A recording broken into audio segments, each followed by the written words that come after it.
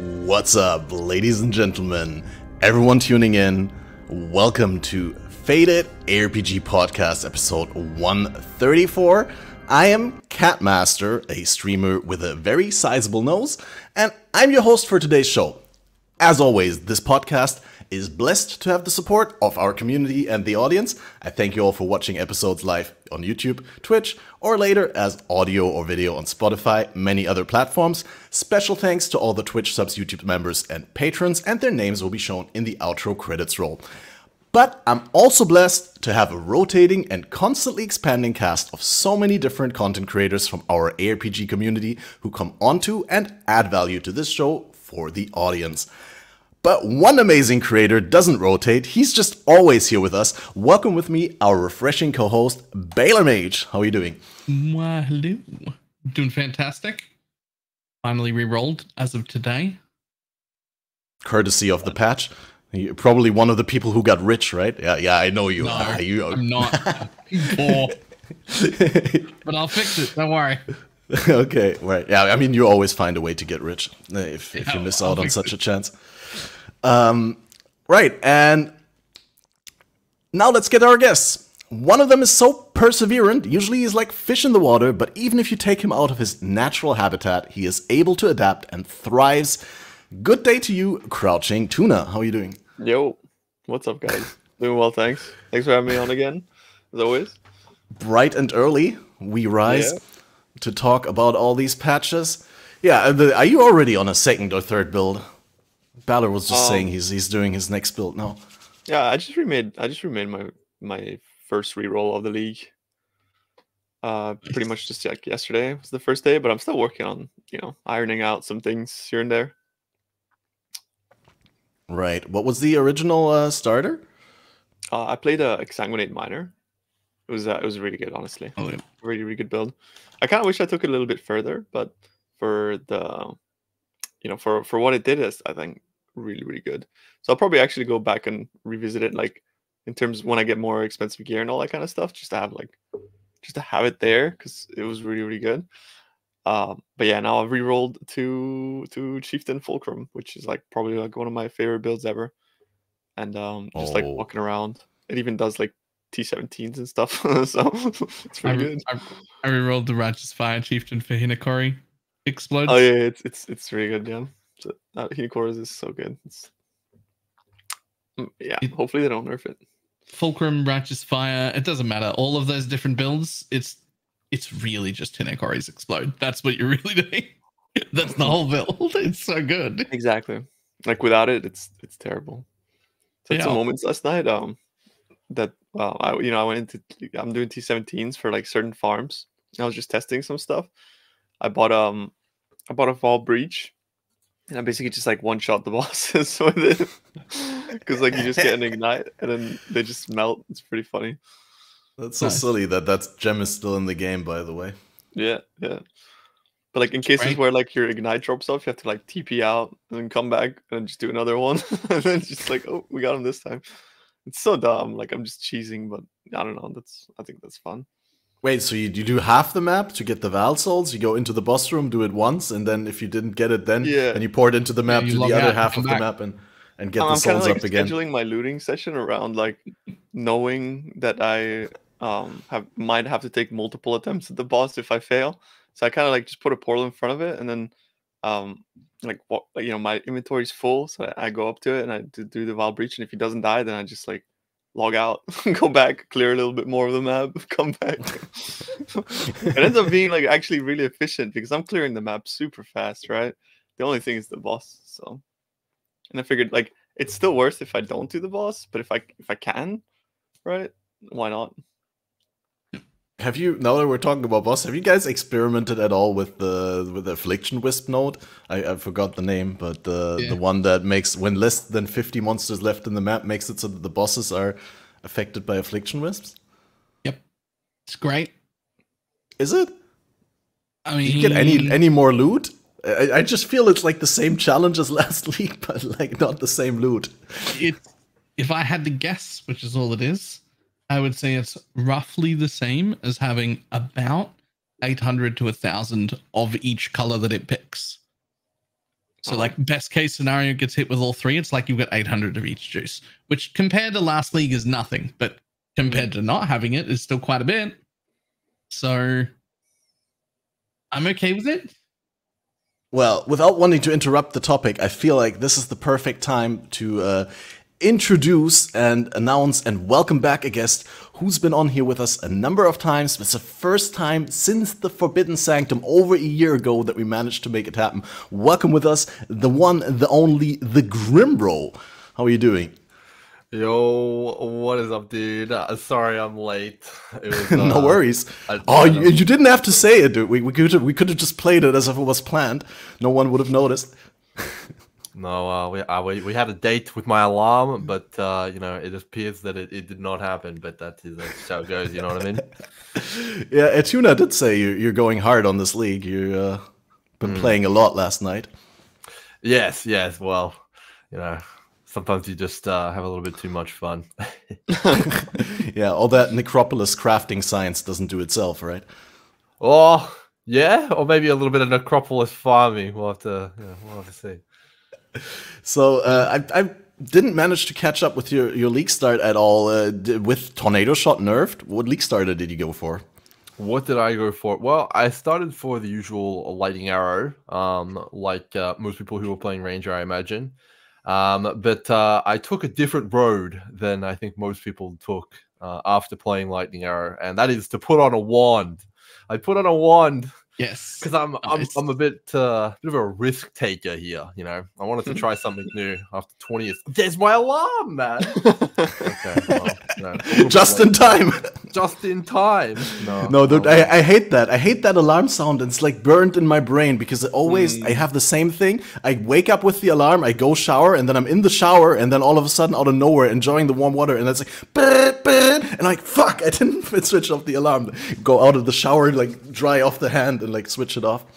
Yeah, but we decided to go wander, which you know, is a little bit different. I think most people are playing still bows, which is, you know, for better or for worse, you know, pretty good. But it does require quite a lot of gear to go wander, I have found. Well, which kind of wander? You didn't do the mana scaling wander with the new Kinetic Blast Transfigured Gem, right? No, I did not do that. I decided to go just with the tried and the true Kinetic Blast with Fizz Wand this time, and not Elemental. We're using, you know, do you know the shield? I don't know how to say it, man. The shield from Ultimatum. I don't. Can anyone pronounce that? Maxawattle. Okay. Maxawattle? Oh yeah, the Machination Shield. Wait, I swear the H is before. It says Mahu. Xottle. I'll just call it the Machination Shield. Easy. Just avoid the word. Wait, I'm gonna Google this. I'm gonna try and bring it up. We know the one. Yeah, that one. That but yeah, shield. we played that shield, and we use like all the wand stuff and get with it. And the idea behind it is generally that you're going to be way tankier than a bow character, while having pretty similar clear, and that's been working out pretty damn well. We're also using Defiance of Destiny, which has been pretty nice.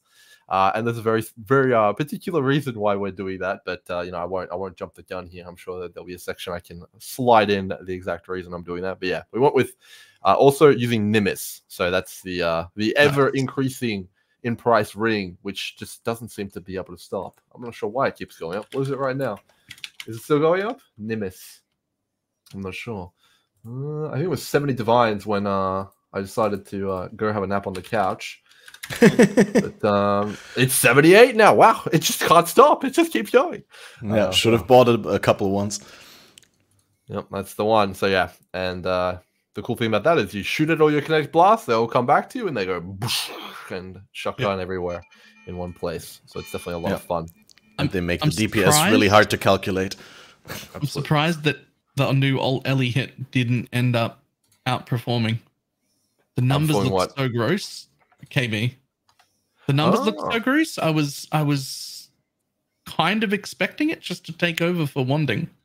I never did it. I never experienced it. It looked like it should have taken over for wanding. But well, I was playing the new Ellie here on bows actually. I tried it out and it was pretty good at least start. But I noticed when I was doing my farming strats that I wasn't doing enough damage. I was like, what is going on? Like, you know, I had Death Rush and Inspired Learning. I was like, I should be blowing everything up right now, man. And I had the elemental hit on, and I decided to take it off and swap back to lightning arrow. And for some reason, my tooltip just tripled. I was like, "What? How can that be possible?" I didn't actually really look into it too much because lightning arrow just started feeling way better, and it wasn't even a matter of going into POB and experimenting because I could just feel the difference. I went from like struggling to one-shotting everything. So I'm not entirely sure if it's like the shotgunning of lightning arrow that's better than Ellie hit or the base damage, but maybe you guys can answer that one. But yeah, outside of League Start, I wasn't a big fan of Ellie hit. I think it's the shotgunning, especially depends on the kind of content you were doing though, right?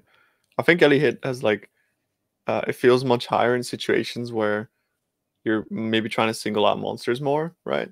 But the fact that lightning arrow has like an extra basically like chain, I think when you're cutting into like denser packs, that I think does kind of have an impact because it is a 33%. Like it's like the shotgunning is really strong on lightning arrow, and that's like its only real appeal in comparison. But base damage wise, Ellie hit should take over, especially on single target. So I'm not really sure what your setup was, but I think both there's merit to using both gems in certain situations. I think they're both really good. Just out of curiosity, Grim's the only one who started it. Did you slot in Tornado Shot just to find out how much worse it feels? I did about 0.2 of a map, and I was like, oh, that's not good. Yeah. F in chat, boys. Oh, look, I was expecting it to be bad. I just wanted it to still be good. It's still playable, but yeah, I still think on the top end, like if you have a mirror bow, that's still gonna blast, right? Yeah, I mean, don't you guys have like insane bow builds in like standard from previous leagues where you could just like plug it in and like try it how it feels on a top end setup? Well, that's what I did actually. Builds? Oh, yeah. You did that? I thought like in the game. I have my Mirror Harvest character, you know, with my backwards bow and, you know, a +1 arrow quiver synth and all sorts of stuff like that. And I had tested it before the league. You know, I took the quality gem off and I put a level 1 sniper's mark and all sorts of stuff like that. And, you know, it felt okay. It felt pretty good. And I had also tested lightning arrow in a similar fashion. And I don't know, I thought it was going to be okay. I definitely knew that KB was way better than it. And in my opinion, KB is also a little bit nicer in the clear than lightning arrow. But I did not expect how bad it would feel with low levels of gear. It was crazy how bad it felt. Yeah. So yeah. Very punishing at low levels now, right? But I reckon like if people are not farming specifically, like choose content, which a lot of people are in this league, right? So it's not a good comparison. But if you were just like in a meta where people are just running through maps and blasting, if you get enough like damage to just one shot the screen, it would still probably take over just because of the fact that you don't have to aim, right? That's my sort of observation of what I think about TS. I mean, it's possible, yeah. Just like a cozy factor. We'll probably see it later in the league when the people have the money to do the investment. Yeah. Oh, people are rich, man. And the bow. Have you seen the bows in Trade League? Yeah. People are generating like mirror bows for nothing. 1800 DPS bows somehow. Yeah. It is crazy. I was expecting to see that, but only later in the league, not in week 1. I mean, we're gonna get into the crafting mechanic with you guys knowing so much about the endgame crafting already in Necropolis, but it's possible that they may have overshot the buff a little bit. I don't know. But right before you were coming in, Grimro, we were talking about thorough exploration. Have you tried that? The keystone passive on the Atlas tree that causes empowerment by wildwood wisps. No, I haven't tried that one actually. I haven't done the map boss stuff. I have been doing other stuff, but I do sell the scarabs for it, and they sell quite quickly. So I imagine it's probably pretty good, right? I don't know if you've done I mean, you know? I have no idea. I've only been doing it. I'm in a small group found league with like 20-30 people this time around, so I'm basically SSF. I'm still like very, very early in my progression and all that stuff. But with thorough exploration, I felt like it has all the challenge from last league, but none of the rewards. But maybe my sample size is just not big enough. It's just the good old, you know, like 2-3 minute oak fights and stuff like that. But maybe my build is just too bad. Well, I think this league, there's a case of like we might be missing something because everything is so fresh and new. Like if people are buying scarabs for it, as Grim said, like there must be something to it. Yeah, mine felt more rewarding. I was using him with a destructive play atlas because I league started poison SRS and I can't do the blasting stuff, so we're gonna do other things. I did destructive play with it on, getting 3 extra bosses and a Shaper Guardians, all with wisps in it in one room. There's still a lot on the ground, like a lot. It's definitely still having a decent impact on the loot I'm getting. So how does it work exactly? Is it I know that you can add an additional unique boss per shrine, and then does destructive play then give you like a pack of bosses per shrine with the destructive play? No. The extra bosses per shrine is just, extra good scarabs, extra boss maps, all the sort of things the bosses drop. Then the destructive play doesn't come into account until right at the end. And then if with the actual map boss full cleared, then all the destructive plays also get the harvest juice stuff.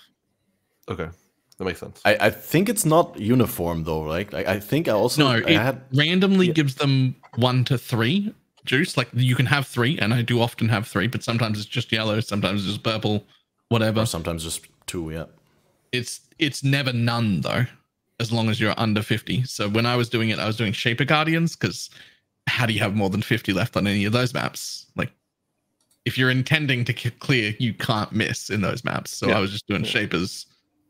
It was noticeably more. The juice is insanely good. But it's still probably not as good as just blasting things is. So yeah. Right. One thing I definitely need to talk about before we go into the nitty-gritty of the endgame juicing and the grave crafting and all that stuff is there was this 20-hour window after a patch where people spammed maps in the hideout to abuse the system and fish for approximately 1 in 100 devoted mod that give you a small chance for divine drops. And a relatively small set of players from the overall player base managed to get extremely rich because they had access to a large amount of maps to do exactly this strat. What are your thoughts on that? Like, I don't want to put any words into your mouth, but I've heard from some people in my community that they find it really demotivating how that was handled, that it was rolled back so quickly, and not everyone had the chance to farm out these divines. It shouldn't have come in the first place, right? Like, it was just kind of a mistake. And I think in general, like, GGG, this is like the one thing I think that I can really fault them on for this league. Because even on like day 1, that was like one of the first things that I thought, like, wouldn't you just be able to just cycle maps in and choose your buffs and go, right? Like, it was just kind of obvious to me that abuse cases would arise. So it was one of those things where like they kind of messed up on that. And then the buff was just a little bit like I was fine with the buff and happy, right? Like I didn't particularly spam maps myself. I just ran maps and happened to luck upon one. But yeah, I think it does suck for people who got left out. But the thing about this league is it seems like there's so much unknowns that there's a lot of FOMO going on, and there's new strats and all that kind of stuff. So it's easy to be like upset about certain things, but at the end of the day, I know it sounds like a little bit like, oh, but just like try to focus on like one strat and one thing you enjoy and just blast that, and you'll get rich eventually, because there's a lot of really valuable and like good stuff that you can farm at any point in time. But I think it does suck on, it was like a mistake by GGG for sure, and I still think that like they might or should do something about the fact that people are able to see the buffs without having to actually either go in the map or clear anything at all. Honestly, I was super surprised by this, and until yesterday, I went to Reddit for the first time. I even talked to my chat about this, and like I thought the entire time it would work the same in acts as it does in maps, where the chance of devoted mods spawning in your next zone is based on how many monsters with the haunted modifiers you beat in the previous zone. And I was 100% convinced until I read otherwise that it would work in maps like that. But apparently in maps, it doesn't matter at all what you did in your previous map. It's just random per map. Yeah, what was that? Random. It's just random, but I would like it to. I would like it to have some sort of. You entered the map and did stuff. Not like 100% clear. Probably not even like 50%. There's plenty of strats that are just go in, kill a few things, and then leave. But I would like it if you like had to engage. You couldn't just fish. Agreed. You got any thoughts on that, Grimro? Or yeah, I mean, I have a lot of thoughts on that. So I didn't really get in on the divine gravy train myself. I was kind of lined up when I was asleep, and also when I initially saw it, like I think Tuna put out a video. I saw it on my feed. I was like, okay, how broken could that really be? I didn't think it was going to be too crazy. I think you got like 20 divines in the video or something like that. I was like, okay, yeah. Probably like, is it really worth doing that or something like that? And when I woke up after it had been fixed, a lot of my friends were telling me wild stories, like, like you could get 60 to 80 divines per map. People were putting in like quad tabs of maps just in like to try and get it. And it was like to the point where if you wanted to buy maps on TFT, they were like, 15C a map or something like that. I was like, what? How's that even possible? And the frogs and stuff like that were like 2 div each. And what was really crazy is what it did to the economy so fast. Like, I mean, I'm getting this info secondhand, so this could all be completely like over exaggerated, but maybe you guys can correct me. But apparently divines just started going to 0. Like everyone was dumping it. It was literally the meme. 90. Dump it. Get rid of it. And what was really interesting is like everything else started hyperinflating. Like apothecaries went like to the moon, nemesis, everything went up. And then the second the hotfix happened, everything started crashing again. So a lot of people lost a lot of money from that as well. So it was like a double-edged sword. It was kind of like the Delirium Solstice Vigil thing all over again. So it was pretty bad. But I'm actually of the opinion that we're still in a similar situation. I think that there's a very high possibility that they might nerf something that is currently underway. And if they don't, it's just going to be Affliction again or worse. Like there's a reason that I alluded to the Nimbus thing earlier. I don't think it's going to stop going up. And that is because everything else is probably going to become worthless. Yeah, sounds painful. That's a bit of a bombshell. It's maybe not everything, but a lot of it. I don't know if you guys have seen the strategies people are doing lately, but there is an overabundance of materials which generates a strategy which just creates too many things, is my opinion. But we can get to that when you want to. I mean, sure, let's go for it. I have like some adjacent topics, but if we're already at it, go for it. You mean oversupply of grave crafting materials specifically, or you mean other crafting materials? Or so there's, I think, 3 things that will be hit the hardest. It's fractured items, uniques, and scarabs. I don't think there's any way that they can maintain any sort of price. I mean, but that's kind of impossible at the same time, which makes it a little bit difficult to understand exactly what's going to happen. To give you guys a bit of a anecdote here, so we found a strategy where once we started doing it, we made 3 Mage Bloods in one day just by using it in the economy. And it just one map generates 400 scarabs, and we're not using the Scarab Allflame either. So like I don't know how sustainable that is. You can also do it solo. Maybe you won't get quite as many scarabs. We're doing it in a 2-man just because they're so hard, the maps. But like, I mean, like if you don't like use Scarab Allflames, like, and you get that many scarabs, it's pretty ridiculous, right? I think on Reddit someone generated 2,400 scarabs from one map. And for those who don't know, it's the Allflames that are doing this. What was that? 24, 10 maps. It was 10 maps? Okay, well, I mean, then I'm generating even more than that guy. I thought I'd be generating 4,000. Without Allflames. Without the Scarab Allflames. So how many, I got on my calculator. Yeah, but that's insane. That's so many more than you can use in every map. It's crazy, man. I'm telling you, it's nuts. I did 5 maps and I got 1,400 scarabs. So that is crazy, right? And I think you can probably juice it up a lot more than us as well. Like, it's absolutely out of control, man. The Allflames are completely ridiculous. So yeah, it's Affliction again. But what can, okay, so let me explain the full strategy to you guys so that you have, I'll stop being cagey with it. So what is doing all this? Well, this is what is doing all of this. So if you guys are familiar with Strom boxes, you guys will know that they contain all the monsters from the map. So, you know, if you've got sea witches in the map, when you click a box, it will spawn sea witches. Yeah. Are you guys with me? Right. Yep. So if you put an ambush scarab in a map, technically you're getting way more monsters, and it's the natural inhabitants of that map that you are spawning more of. And this league, you can replace the natural inhabitants of maps with Allflames with other monsters, and those monsters have itemized rewards. For example, chance to drop a tainted currency item. You know, that's like the beyond one. So if you put that Allflame on one of the packs, and then you start clicking on strongboxes, comparatively to other players and perhaps how they intended to balance it, you're going to get substantially more tainted currency from that Allflame, right? Now, you can push this to absolutely ridiculous kind of points, which, you know, obviously is creative scenarios that we're seeing now that I'm trying to describe. So this gets really broken once you start using the monstrous treasure, because it not only puts all the monsters in the map, but it also spawns additional monsters as well on top of that. But what makes it even more broken is the nodes on the tree, which allows you to open strongboxes an additional time. And that stacks additively with a new scarab, creating a situation where you consider a strongbox and open it not once, not twice, not 3 times, not 4 times, not 5 times, but sometimes like 6 or 7 times. And you just get this massive just of loot. And it's just disgusting. So yeah, it's pretty crazy, man. But you know, it doesn't stop there either, because you have some of the Allflames they added with the hotfix emergency, oh no, the league's gonna die patch, are just completely out of control. So of course you have the scarab one, which is probably the easy answer. You know, okay, well, you can drop scarabs, which is pretty good.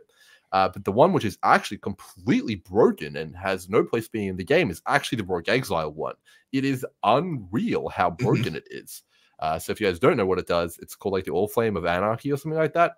And it replaces all monsters in your map with packs of Rogue Exiles. I think it's, maybe someone can correct me, but I think it's like 4 or maybe 5 Rogue Exiles per pack. I don't know. You guys maybe know. I think that is about correct. I think like 3 to 5, 4 to 5. That's not wrong. I mean, I'd have to look it up in game. I have some of those, but yeah, 2 to 4 is modified by pack size. Exactly, man. What? They are modified by pack size. Yeah, we can get like 80% easily. Plus, on top of that, there's like modifiers to it within the interface itself. Like if it's a sometimes high you get pack, like 50% plus one just sitting in the UI. Yeah, man. Like exactly 50% pack size. You get 1200% increased quantity. Like, you know, it's wild. And you get, okay, the end result is you get like hundreds and hundreds and hundreds of Rogue Exiles in your map. You put them all in the box, and then you have more chances of spawning even more of those hundreds of Rogue Exiles by opening them again and again and again and again and again. And overall, if you take the Scarab node, which gives you 200% increased chance for a Scarab from unique monsters, because of the way that the game treats unique monsters and the insane quantity multipliers and all sorts of stuff like that on them, you literally just drop hundreds and hundreds of Scarabs. So that's why you get so many. But I mean, these maps are ridiculously hard, man. If you do take all of the map effect nodes, like Tuna said, you chisel out Val them, they're really out of control. Like Exiles are pretty toxic, but it doesn't stop there, because you can make all Exiles ghosted. So it's like ghost busting as well. You're ghost busting as well, man. It's crazy. The Exile was just a mistake, wasn't it? It was so it's so stupid, but it doesn't even stop there, bro. There's so many crazy layers to that. But did you mention the one where unique monsters drop uniques or something like that? Because I think Lighty mentioned the unique farming strat. Yeah, I mean, we heard that Root 2 was doing that today, right? And we actually previously weren't doing that. I'll get to the thing that we were actually doing in a second here, because the Scarabs were just the gravy, man. We weren't farming Scarabs. They were just for free, bonus. But yeah, they the unique Scarab, it says that every unique monster drops a unique item. And you literally just get hundreds of uniques per map. And the thing which is crazy is these uniques. I can't even talk. These uniques are not trashed here, right? They're weighted in your favor. It's better than normal drops. It's not like 10,000. So like Nameless Seer. Well, okay, I'm not sure if I would go as far as Nameless Seer, but we did like 3 maps with it today before I fell asleep on the couch. It feels bad. And we got a Defiance of Destiny, we got Unnatural Instinct, we got 2 Storm Shrouds, and a bunch of other, you know, T1 uniques. So it's crazy, man. And if I check my price of my Headhunter right now, it was like, what was it, 58 divs when I went to bed? Okay, still 58 divs, maybe because you actually need it for the strat. But I'm pretty sure everything is going to tank, man. It's crazy because you just get so many uniques from the strategy. Oh yeah, that layer also has been mentioned to me, that actually the Rogue Exiles, if they spawn in the circle of a ritual, then they spawn in subsequent rituals as well.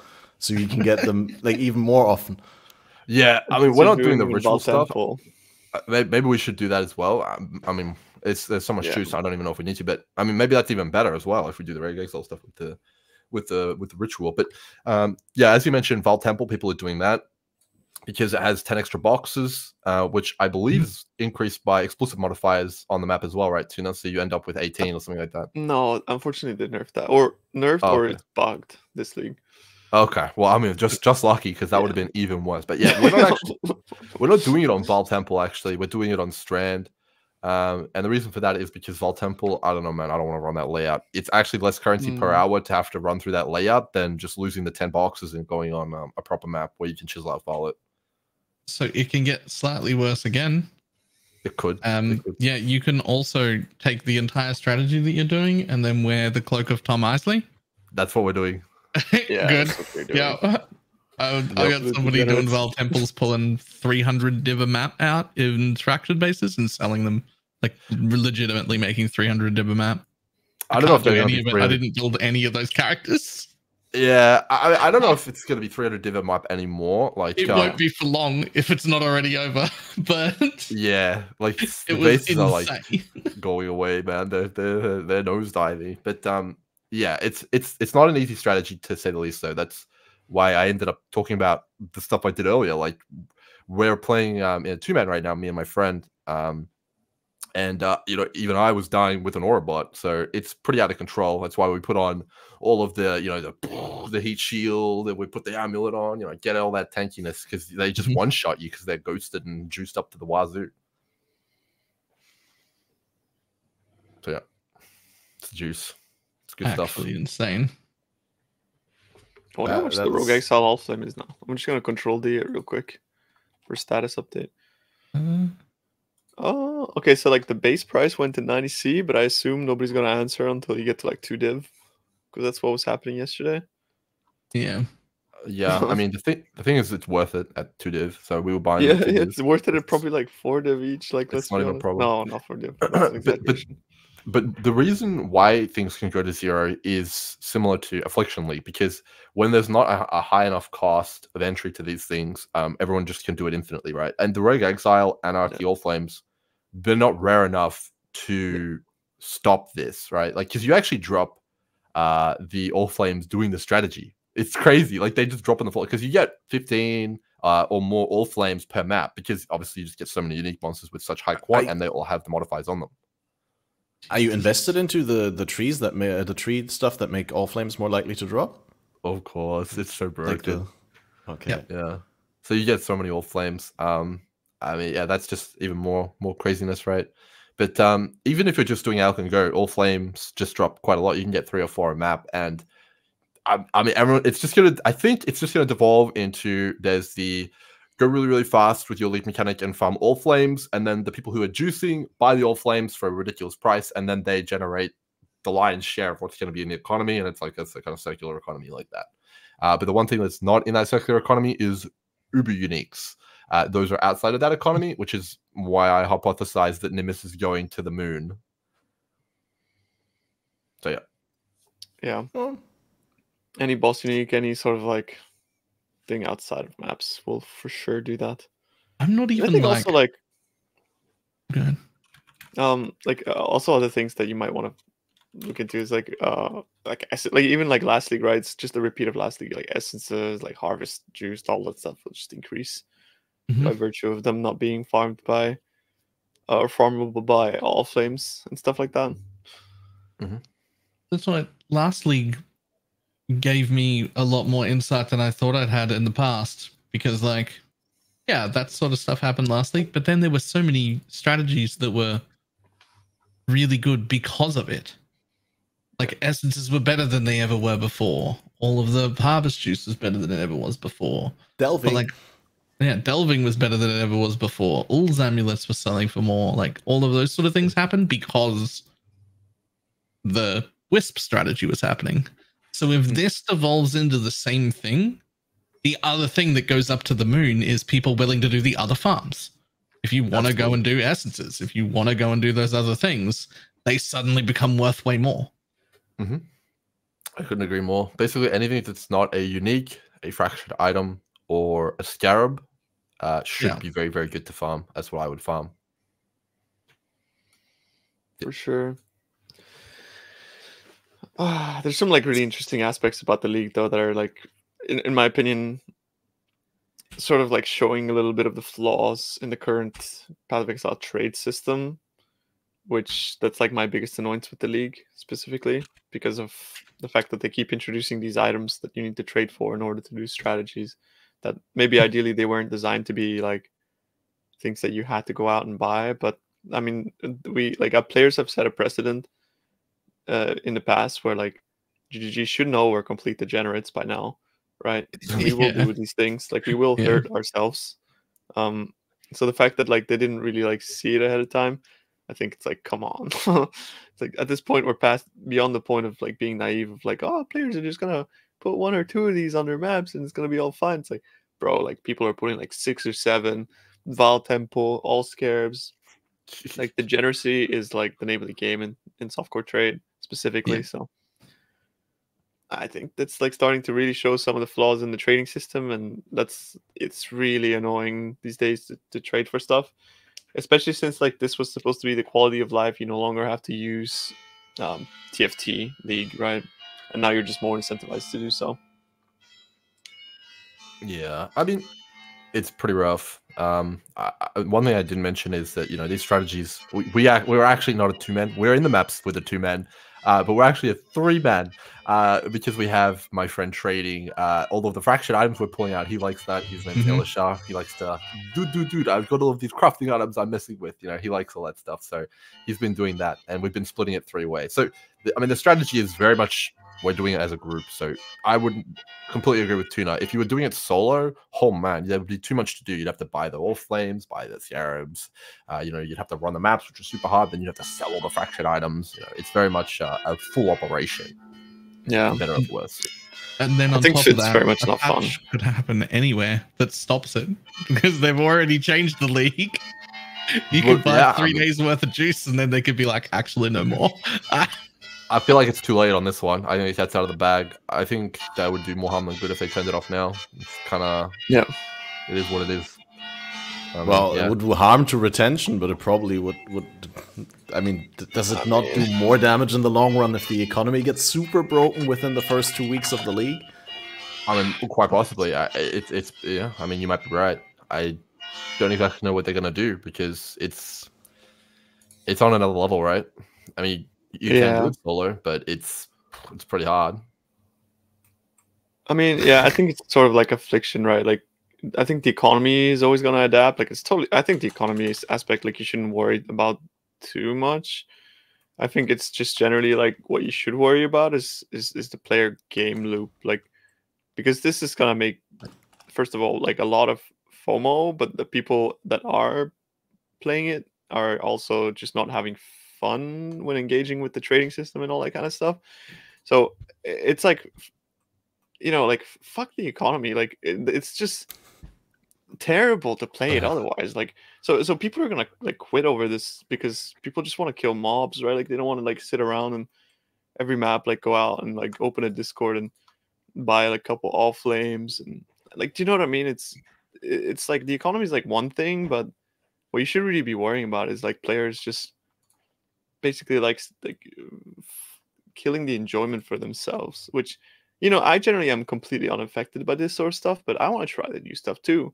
But then as soon as I like actually like go out and try to engage with these things, like of course I have to, like I'm doing this myself, like playing as a solo player, I try to go out and like do things myself, and after like 5 minutes of training I'm like, I just want to like put a map in, right? Like I just want to kind of like play my character and have fun, but that's not what's going on, unfortunately. And I feel like a lot of people probably share the same sentiment, but I've always historically been like a juicer and enjoyed juicing, and I don't think juicing has ever been quite as like there has been quite as much friction as there is this league, unfortunately. I don't know if I agree with that completely. So I've been playing solo and been playing in a group. I've been ping-ponging between it this league. You know, because it's what's most fun for me. But if it was me, I definitely wouldn't be doing the fractured item exile thing. That's for sure. But I would just be buying Allflames. Like you just, I mean, you can find people who have multiple by using the trade site, or you can go on the Discord servers, and I think there's definitely plenty of Allflames which you can make an absolute killing for, and you can be like, hey, can I buy 10 of these? Because I have a quad tab full of Allflames. I could sell all of those to somebody, and I have all of the types as well. And there's a ton of Allflames which are worth a lot of money. The Catalyst one, for example, I would probably try running that. I think it could be pretty good. But I fully agree that there is some serious friction with Allflames, considering you use 3 or 4 of them a map. And if you run 10 maps, it's already 40 of them, and no one has bulk of 40. I'll tell you that much, unless they're like some Allflame mogul. You guys hear the bells? That is the loudest bells ever. Yeah, we can't avoid it anymore. Yeah, Tuna, I've been muting you in between when you're saying things, but if you could do it yourself, because I'm afraid I'm going to be muting you when you try to say something. So, but it's actually crazy. I mean, I can edit it out in post for the upload, but for the live show, it's actually crazy. But I thought this was a funny comment here. ZB said it's the funeral for D4.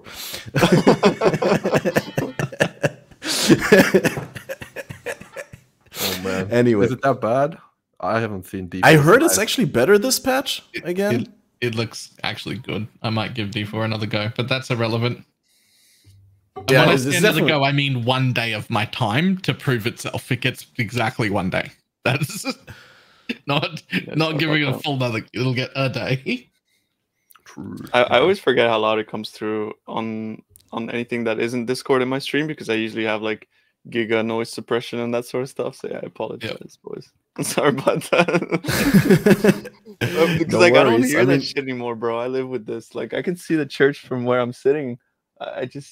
So it's charming. Like, it's just, it's great culture for all those people around the world who don't know how it is to live in a historic European town. Right? Yeah. Anyway, there was, now that we're talking about endgame juicing and the spot of that in the game, there was a sentiment, like, all the scarabs have been reworked. There's tons of new scarabs. A lot of people on League launch did go and open a ton of veiled scarabs, right? And the rarity of some of the scarabs apparently was insane. People opened thousands of veiled scarabs and they didn't get certain scarabs, right? And then there was a patch where they reduced the amount of the more common scarabs and increased the ones of the rare and more interesting scarabs, but they also made some more rare. Like, how do you evaluate the overall rarity of scarabs right now? And do you think there should be some that are ultra rare, that, are a rare treat, like a mirror or a headhunter drop that you only get to play with occasionally or at the very top end of the economy? Nah. Give me all the scarabs. Well, I mean, it depends if you care about the economy or not, right? Because if the super rare scarabs were not super rare, then you would see a lot of things be less and less and less worth it, right? Let's do a thought experiment. If everyone could run double divination scarab with one divination scarab of curation and one of the full completion, well, I mean, chances are pretty much every single thing which comes from a divination card would be way cheaper, right? The only thing which stops that from happening is the rarity of them, which means that only certain players can do it. So it's a question of economic integrity versus player fun and freedom to do strats, and I think it's a fine line. I don't think you can open the floodgates for everything, otherwise there'll be nothing worth farming anymore, right? Either that, or there would be one so obviously dominant strategy that there would be nothing else worth farming, which is what happened in Affliction League, because everyone just farmed Wisps with Magic Find. No one really did anything else unless it was so adjacent to that the Wisps had no chance of giving it, like you said earlier, Balor. Don't you think that's just strictly a problem of just how much power one scarab has specifically, rather than it being... Because like they could like nerf the scarabs by 10 but increase the drop rate by 10, right? If the divination scarab was at 2%, it would still be good. The completion thing, like, I mean, it would be completely crazy still. Yeah, I think exactly. Right. Like instead of 20, so like you just increase the drop rate by 10, decrease the thing. It's like, so, and that in turn, like, sort of, I don't know, it nerfs like the big scarab that makes things where it doesn't like consume the scarabs. I forget what it's called, preservation. And in turn, that also like kind of nerfs groups as well, which I feel like this is one of the biggest issues of this league specifically, that it kind of also with this like very top end power, just it makes it so that like groups themselves have so much buying power that they're able to price solo players out of the economy of these top end strategies.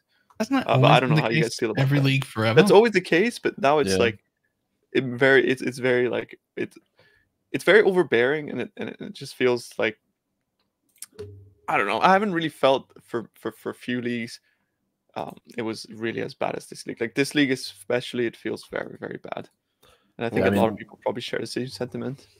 From what I heard, this is mostly a problem with the one scarab that was teased before the league that makes your maps drop divination cards based on your favorite maps rather than on the tile set of the map that you run. So that was like teased as something like really fun and cool to do. And from what I've heard, that's like pretty much impossible to do unless you're in a group, because it's just not worth it to do it for solo. It's not possible. That one scarab right now is 7.5 divines. It's not possible. Yeah. It's even higher. I just listed one. I got spammed by the whole server. Oh, for like okay, yeah. I mean, I think it's being price fixed. It's like another similar strategy to the Allflame one, right? Like you're not getting in there unless you're pumping 5 or 10 divs into that one map, and it's just you know, not just handling the cost of entering the map, running the map, but also selling what comes out of the map is just out of control for a solo player. Yeah. It's just so hard. Not because they couldn't do it, just because of the amount of raw jobs and stuff that you have to move out of there. You know, like if you're getting 8 div of items, that's more than just one item. It's hundreds of items. Yeah. You know? Then you gotta list them. Then you gotta like actually like have the availability to trade for them, and then, like it's like all these things just compile. It goes back to what I kind of said earlier about like this league is really showing the flaws in the economy. And in the past, I've always been sort of like I would rather there not be like instantaneous trade and that kind of stuff. But this league is like kind of like, it's like, man, like if PoE is going to continue to be like this, like we need something better. Like this is just kind of becoming unacceptable at this point. I still don't want an auction house or anything close to it, but just the way to like be better than what we're doing now.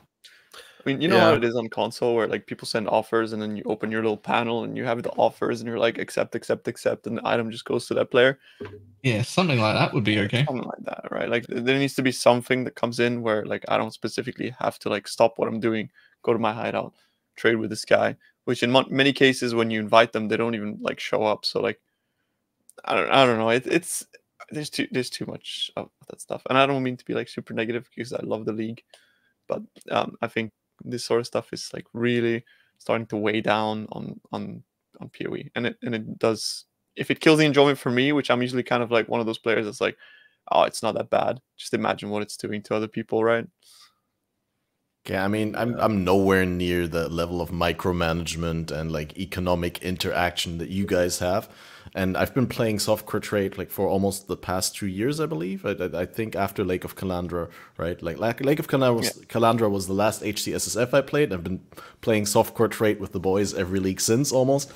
And yeah, this league I really needed the break and go to the group found because I just am so frustrated with like the amount of micromanagement in the game that is not directly involved with like killing monsters and looting stuff. There's so much little stuff that I'm actually really happy to be away from the economy. But even outside of the economy, I talked last podcast, for example, about the frustrations with the heist quest contracts, which is like something really minor, right? And rightfully so. I was called out on the podcast by Balor. Balor said there's 10,000 other things that they should fix beforehand. This is not worth putting time in. And that's correct, but I just bring up these issues because they continuously, like, they come up every league and they frustrate me every league just a little bit more to a point where, yeah, I'm fine with, like, the big things that are off, maybe in balance or in the end game, because I'm like, that's the rules of the game. That's only this league and they'll adjust it. But these little things that stay the same, that they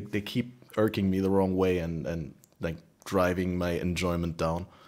I mean, just going back to your point earlier that you brought up with the scarabs, it's just another example of you know, the crazy whiplash that happened. So they actually rebalanced the drop rates of all the scarabs like midway through the league. It was crazy. So a lot of the rarer ones became more common, and a lot of the more common ones became rarer.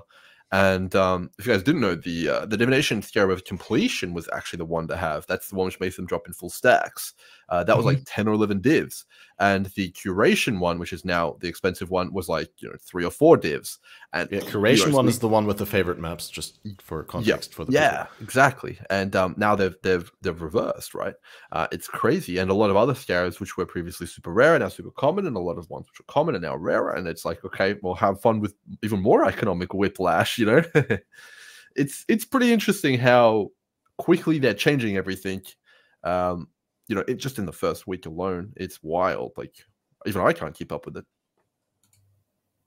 All right. So 2 things. One, do we think it's good as like a habit to be quickly reacting to things they don't like, even if they're going to get some things wrong, and changing stuff a week into a league?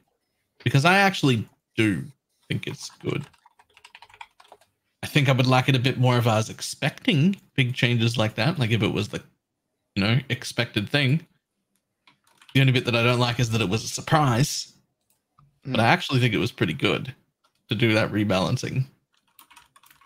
Yeah, I think it's fine. But it sort of depends on whether we should be expecting it or not, because in the past they kind of have set the precedent for them not changing stuff.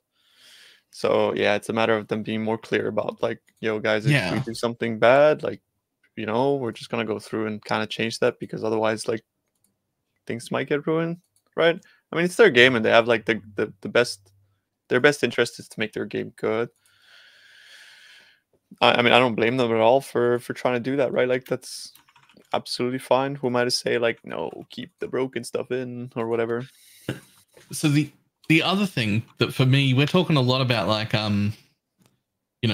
basically all these things are like 1% of problems, and they're problems that we all face, but I'm seeing a bigger problem that doesn't really affect me that much, which is a lot of the casual people watching don't seem to have anything they can find to farm and make money. There used to be one of my favorite adages to give people was sending them on what we called Grim and Go strats, which is like from the past. Grimro often did a whole bunch of like, here's some like minimal investment shit where you basically just have this one cheap 2C scarab and these maps that self-sustain, and you just blast this and you can make a ton of money, right? And I am struggling to find farms like that where they're just like super minimal investment that give anything. I mean, I did actually post a strategy just like that. So before I got into being a degenerate with Exiles, I was farming Harbingers, which I thought it was a pretty good strategy. I mean, we're not breaking records here, but it was just 2 Harbinger Scarabs. I polished Harbinger Scarab, I can't remember what it's called, and the gilded one. And it's not going to break the bank. I think it's like 15 CMF maybe. It's not too expensive, and you get a lot of the scarabs back because you favorite the Harbinger scarabs to drop, and you block all the others and stuff like that. And I thought it was pretty good. It's like 13 or 14 divs per hour, but I mean, my friend laughed at me, right? He's like, bro, you're not doing 50, it's trash. It's like that affliction kind of mindset is still here, and it's not going away. You know what I mean? So people are getting mad. 15 hours insane. It was like insane, actually. I mean, like not even getting close to that. I think it's still pretty good. Yeah. It's absolutely insane. Because like even if we were talking about like the Scarab Allflame earlier, that guy's on like 9 div an hour or something, right? Even though he's pulling like 2,400 scarabs. But even that's kind of prohibitive though, right? Because it requires you to invest quite a lot of into your character. I feel like more than ever before in the last 2 leagues, I feel like you need an insane character. Like in Affliction, the Wisps were out of control. And it's very much the same feeling this league. Like if you don't have, a character who is juiced up, doing these maps is really hard, man. Like 100%. Whether that's going to be Headhunter or some insane defensive layers and, crazy AoE, you're going to get slapped around. Even doing Harbingers because of all the increased effect nodes and how OP they are. Yeah. Has anyone else? You've probably seen these huge ass. Sorry, I didn't want to sidetrack. I'll keep it. You go first, Tuna. I meant to say like, I forgot. Sorry, you go ahead. I'm sorry. I didn't mean to distract you. I was just gonna say, like, sometimes you get harbingers that are like the entire screen, like huge circles, like from strongboxes or something like that. Is that like an interact? It's not. It's not a intended interaction, right? It's a bug because it's not on strongboxes. Okay. It's a divine modifier. It makes it so a harbinger spawns from every strongbox. And I don't know why they made the circle so big. That's just that obviously obviously them spawning is not a bug, but the circle being like insanely huge, like twice the radius almost. Like I had some were so big. Yeah, it's true. It's pretty funny. It's so annoying as well because the strongbox doesn't open until the harbinger's dead, so you have to sit there and wait. Wait for the monsters to spawn. And then you gotta open it another time, and then another time after that. I know. It's so Does the harbinger spawn every time? I actually don't know. I feel like it has. Surely not. I mean, it takes so long to do them, so maybe it does, maybe it doesn't. I'm not sure 100%. There's a lot of stuff like that actually in this league, where it's kind of like, is it working? Is it? I can't tell if it's working. Yeah, you know? That's kind of the quirk of PoE and what makes it good. But I also meant to say earlier that it's especially become I say like worse, right? But like the tax on characters, it's because how much percentage increased effect did we actually gain from last league of like modifiers? Like I went into a map yesterday, and I didn't like actually like fully read the mods, but I was like doing like my little like T17 scarab finding, and the map had 96% less AoE. And I'm playing a character with AoE, and I had to be like inside like monster pixels to be able to like deal damage to them. I was like, what is going on? But that's also like life is extra life. So like then you would have like instead of 90% more life, they would have like 230% more life. Everything like that is like the physics extra, like all of those things just go crazy. Yeah, so what I read is like you can get a total of 90% increased effect, modifier effect on maps now, but it's like a little bit more investment than it was last league to get the maximum modifier effect scaling from the Atlas tree. It's crazy. I mean, I would say yes and no. I don't think no. It takes more points on the tree, sure, but you don't have to go wandering path, which means you can get way more juicy than before, right? Which is you get actual notables and exactly, it's crazy. I think Balor did mention though that a lot of these issues are 1% issues, but I think as the league goes on, 1% issues do always trickle down to the rest of the player base, just because of like the fact that we probably have like 90 hours played at this point, right? Like, but once people get to like 90 hours played within a league, they will have the same issues as us, right? Like it's kind of just the same deal with like any game where like you'll have the people that are like degenerates that will find the issues first, and then those issues always trickle down. And you kind of see like I always see like for myself, I play a league and I have certain things I'm like, yo, this is pretty annoying, right? And then like 4 or 5 days later, I will see Reddit just like filled with like the threads of like things that I was like, yeah, this is pretty annoying on like day 1 or 2 or something like that. Like, and it's just because these issues trickle down to players who have the ability to play it like less, right? Just because of the fact that we churn through content. You get to the same spot. It just took you 2 weeks instead of 4 days because we're fucking degenerates and we play 17 hours a day. I mean, like this, like I know, like some of these topics seem to be kind of elitist, but I do think that they are actually things that affect everybody in the long term, and in general also are just like things that do affect the game negatively, right?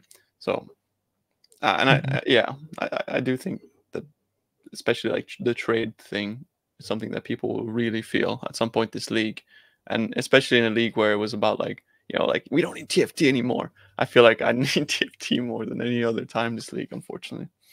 Need them to bulk sell corpses too if you're not a trader. Yeah, you need to bulk sell corpses. You need to bulk sell Allflames, scarabs as well, because we're just getting thousands of different types of scarabs. Like, how hard is it to price scarabs now?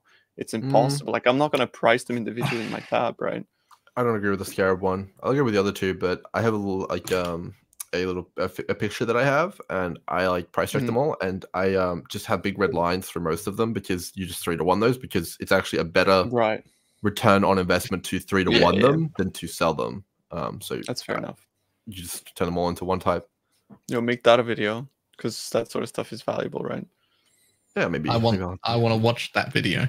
The moment you make a video about that, it's untrue.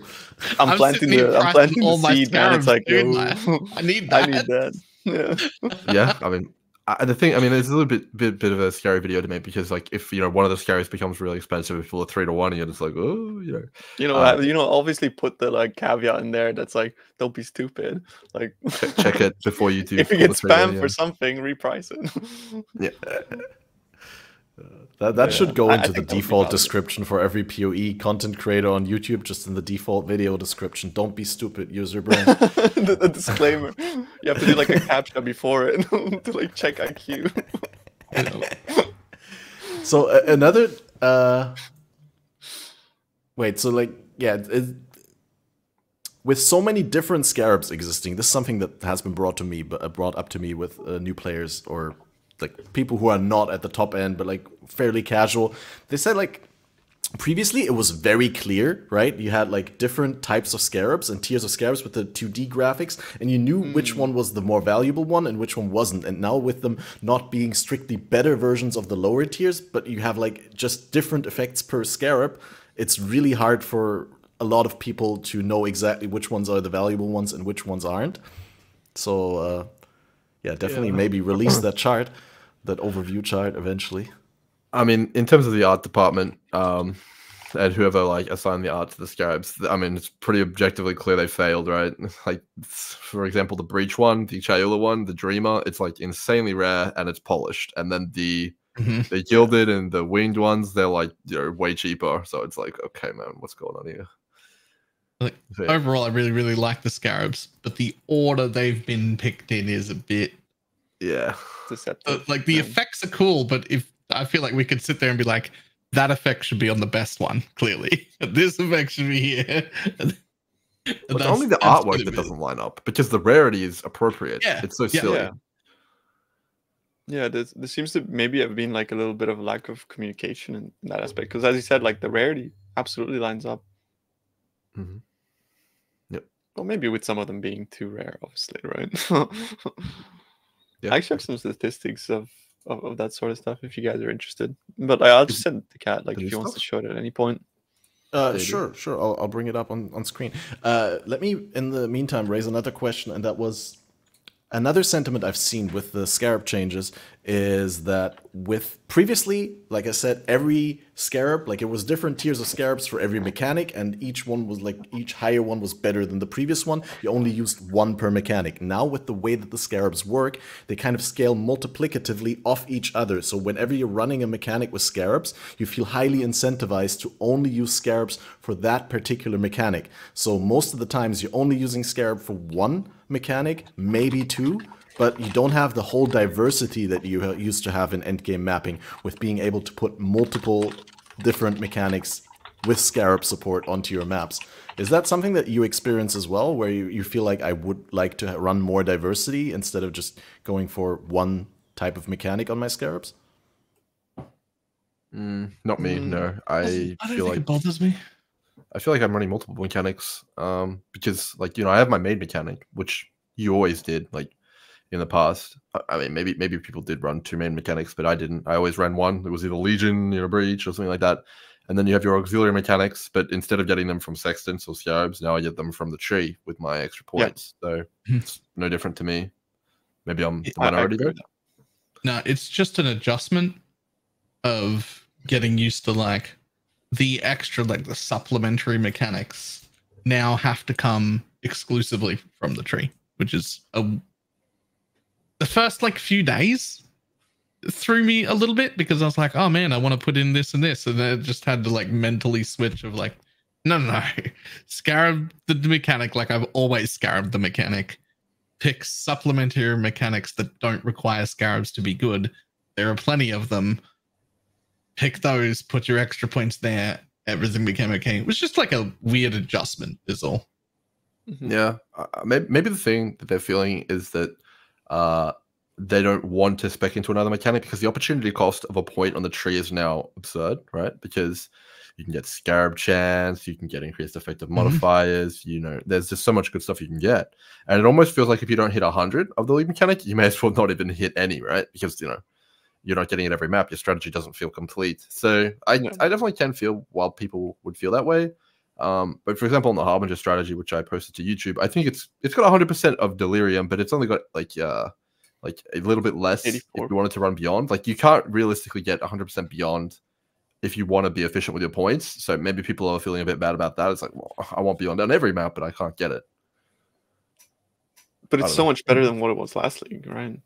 Yeah, in that regard, because like you could like just being able to have these mechanics be consistent. I think the consistency side of things is the thing that I think is like really valuable, right? Like just being able to sort of be like, it's there pretty much every time I open the map, so you don't feel like you're ever really wasting maps, if you know what I mean. Even if it's like an 80% chance, that feels like it's pretty much there all the time, right? Yeah, I would agree with that. I really like what they've done to the passive skill tree. Like the Alice passive skill tree is just amazing. Like it's the best thing that they've put in the game in forever. Really, I think it's amazing. Really,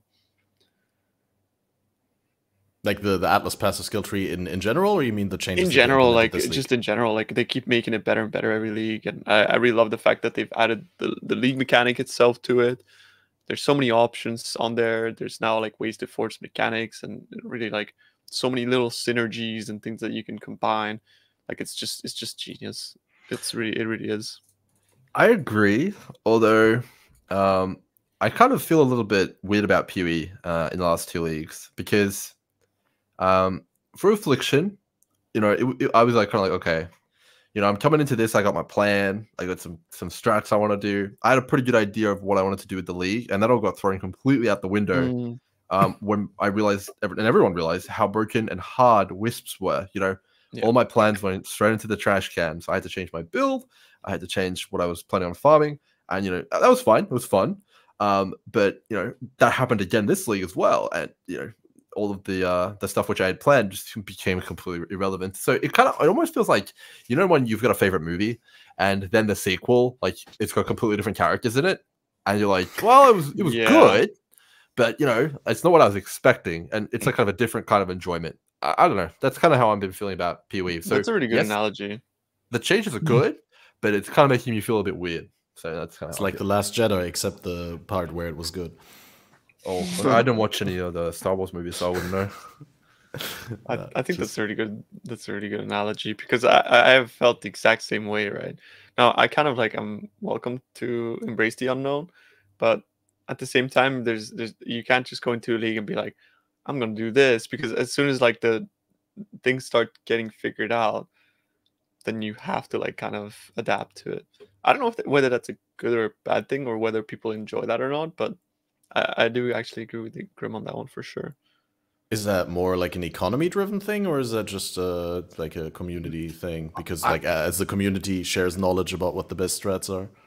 I think, I mean, the economy is one thing. That's completely fine. And honestly, that's the easiest to ignore, especially if you're playing as a more casual player. If you don't want to engage in that, that's fine.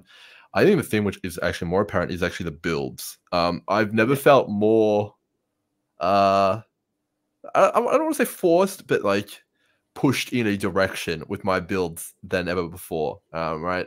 Like in Affliction, it was Magic Find. I felt compelled to put on Magic Find, but not only that, to create a character in a specific way where you have a ton of damage and a lot of defense. Otherwise, you basically, you can't even interact with the mechanic, which is clearly the most rewarding thing. And it feels like that again. Like, I feel like, you know, I don't generally use tanky items, but, you know, I've got all these tanky items on my character. This is not normal, man, you know? It's not normal. But yeah, just otherwise you just get one-tapped by the Necropolis modifiers, right? And it's just and the rogues and all that. I don't know whether that's a good or bad thing specifically, but yeah, I do agree it's a thing. I mean, it's a thing more than ever before, right? Like the game is so punishing, and like I said, like if Grim has problems, like imagine Timmy. Yeah, I mean, I think if you play like a well-rounded beast, you know, you're probably pretty good to go. Like I imagine RF is probably chilling, right, with the way it is. But, you know, yeah, you can get a bit touch and go if you're playing some of the more you know, kind of borderline, you know, cutting edge things, I would say, you know. I don't know about RF specifically. Yeah, I've never really RF, but a lot of people playing it. I've sold a lot of items to the RF that's people. Because So Pox is, I re-rolled 2 RF today. Oh, RF is a second RF build. There's just the stuff was too dangerous for what I wanted to do, and the RF can make me do all of that safely, all of it. So yeah, Hinekora carries. Yeah, like it's a little, the Hinekora stuff is a little awkward to like build around, but you get used to it, and then it's fine. I almost made a Deadeye. Yeah, I mean Deadeye's pretty good. I think it's a pretty good choice this league if you're interested in doing maps, which is pretty good. Yeah, but that's the only thing I'm interested in. Who wants the boss? Not me. I do feel a little bit. I mean, let me take a look at Pewee Ninja. I do feel like everyone is using Nimbus though. Like even on Deadeye, like I talk to bosses, they're using Nimbus. I talk to mappers, they're using Nimbus. And that ring is very expensive. So I do see that being a bit of an issue with rolling a Deadeye if you don't have a lot of money. I'm curious, what is the play rate of Nimbus? Let me take a quick look. It's not too high. Yeah, maybe I'm overstating things. It's pretty low because of how expensive it is, right? Like, yeah, it's probably just not that common because access to Uber boss loot this league is like kind of hard, right? Like in comparison to last league, you can't just like switch on the Uber boss and use the tokens that you farmed up. Like you actually need to farm out the specific Uber boss fragments, and from what I hear, they're not super easy to get. I mean, certainly after the tier 17 change, now that you can re-roll them, it's probably a lot easier. I don't know if they're hard to get. I mean, someone correct me if I'm wrong. I haven't done a T17 boss, but from what I was hearing, you can get 1 to 2 Uber fragments per T17 boss you slay. Yes. And you need 5 to enter. Now, I have no idea about the drop rates on some of the items, but I have to imagine that the table is probably skewed pretty heavily against items like Nimbus, so maybe that's the reason. Yeah, I think the drop rates are just not great, right? Because you know that people are farming these, so. But I don't know. I haven't collected data on that. We need the guy on Reddit 100 Uber ears loot from 100 Uber ears. Yeah, we need that. We need those dudes. Probably a little bit too early in the league for that. Yeah, maybe. I mean, you'd be surprised how many turbo degenerates there are. There's probably people that have farmed like thousands of them already at this point. Thousands, most likely. I wouldn't surprise me, man. Like Pewee players just. I mean, like I used to be surprised about some of the things people do, but I mean that's more than 100 per day, even if they started on day 2. Oh man, yeah, but like that's literally what I used to do as well, right? Some of the people who I'm friends with, they talk in mavens per hour, like Uber mavens per hour, man. That's how they talk about their builds. It's crazy. Uber mavens per hour. Maven's such a fun fight, though. I can get behind that. But anyway, I guess the way that they play it, it's not there's not that much of the stuff that I perceive fun about it. Anyway, one Atlas passive adjacent topic that we've been touching on, because Tuna said you really like the Atlas passive tree in general, and Grim said the passives are really strong for the league mechanic. Are you in general like, because I'm a little bit divided on the current league mechanic having stuff on the passive tree. On the one hand, I find it's like the league mechanic should feel good and as good as possible without additional investment required. But on the other hand, I think it's really cool to be able to customize. Do you swing strong in either direction there? I mean, I'm the hero on it there on it, right? I mean, I think it's cool if it's going to go core, right? Because you know that's already on the tree. But I don't think it's a particularly good or bad thing. I mean, there's an argument to be made. It's like just make the league mechanic as good with all the Atlas passes. You know, then you don't have to take them, and you get more flexibility in the tree. But I mean, they're broken passives. I don't know. Yeah, I don't really have an opinion on it too much either way. I always like that because it adds opportunity cost. Like it makes it so that like if you were to want to specialize in something, you'll get more out of it. I think that's always a good thing, because then if you do spec into it, you could have spec into something else that if somebody doesn't want to engage in that mechanic or doesn't like it, then he doesn't specialize into it and just gets more out of the things that he does enjoy. I think that's player agency in a nutshell, and it's always a good thing. I think it only bothers me that there are 4 wheels in 4 separate corners of the atlas. And that's really, really annoying because I want to spec into all of it. But if you spec into all of it, you're now super limited in what you can do with your tree.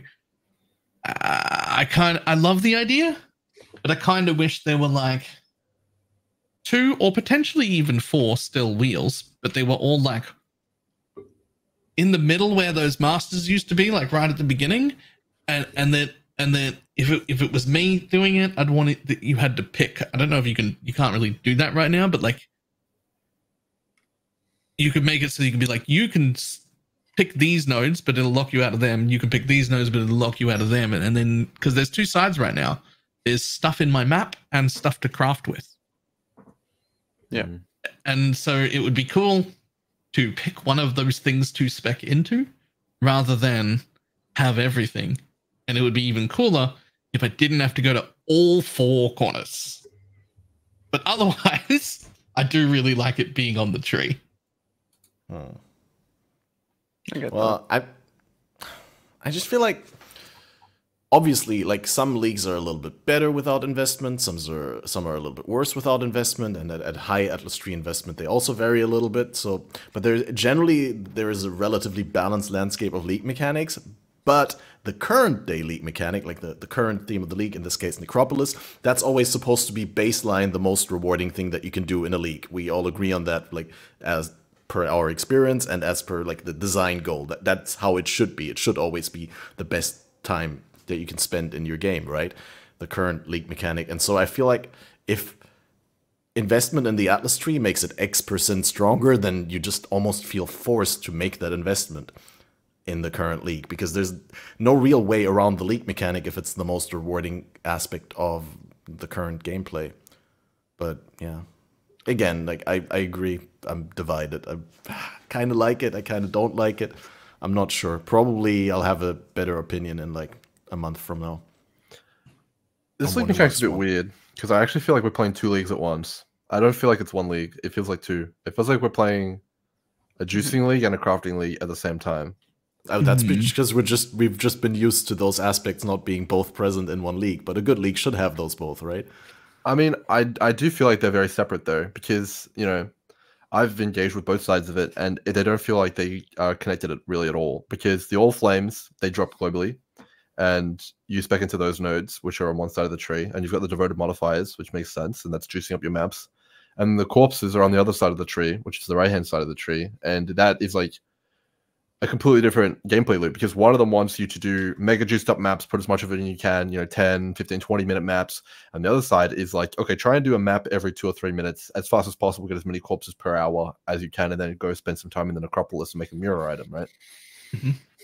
But isn't there this tiny amount of overlap where you can get like specific corpses from specific Allflames, like the grasping male ones? I mean, there is, yeah. I suppose that's true. Those are very rare, by the way. Those Allflames, really rare, very, very rare.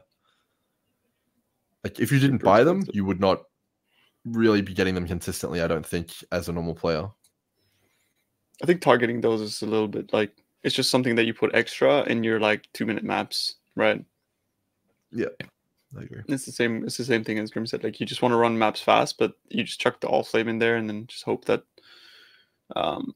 they drop. But I do like, so do you guys actually think that's a bad thing or a good thing? Because I felt like one of the good things about this league is that it sort of provided a little bit for everybody, provided a little bit for the juicers, provided a little bit for the crafters, and it also, like, in a way, provided a little bit for the economy trade Andes. I think it's good, but I'm interested to see where they go from here. Because last league I was like, oh, I mean, next, like, when I was playing Affliction, I was like, okay, next league's going to be a stinker, right? It has to, because, we're going to come down from the loot high. But no, they doubled down. It's actually even more crazy than Affliction, in my opinion. And it's like, okay, well, in history, this has not gone well. It's had led to the Cataclysm, which is, tons and tons of nerfs, which happened after Ritual League. So I'm like, okay, are we going to have another Cataclysm? Because that was not particularly fun. Do you think they're like letting themselves go because they know that PoE2 is coming and that'll be like, Yeah, I was gonna ask. Maybe the design goal for the current league was already decided when they still didn't know that they were going to postpone the beta. I hope not. I hope not, but we'll see. No, I just feel like in general maybe they've just let the vision go a little bit, but yeah, I have to say that like Affliction was crazy, but it was super nice to play Affliction because I just never really had to trade for anything. Like it was just so beautiful. Like this like self-sustaining machine of being able to drop the scarabs you need, the rolling your own sextants, living in your own little ecosystem, and of course the rewards were completely busted and overtuned, but it just created like a really nice gameplay loop that for me is unfortunately like a little bit lacking this league because of the fact that there's such like high power locked behind such high rarity things that it just feels like you need for like your farming strategies to really pop. I think it's too early to say anything definitively, but maybe you're right. I think it even took 4 or 5 days for people to figure out the Affliction stuff for a solo play, right? No, yeah, for sure. So I think we should give us more time, but yeah. I do feel like that's an inherent problem in how like the new scarab system is set, right? Because scarabs used to be like much less powerful and much more common, and they were just like kind of like a blanket. You just get like more of this, whereas now it's like kind of just like multipliers, right? They're just like insane multipliers, and they multiply each other, and they do all this crazy stuff that synergizes with both the passive skill tree, the scarabs, and all that sort of stuff, which is actually great. Like I love them, but you get into this like, yeah, as you said, in some cases, which I do agree, it's like in some cases it's crazier than Affliction, and I think that's by virtue of them essentially compiling and multiplying each other, and then multiplying the tree, and then multiplying like all of this kind of stuff, just really going out a little bit out of control. And don't know. Yeah, I mean, yeah, it's gonna be interesting for sure.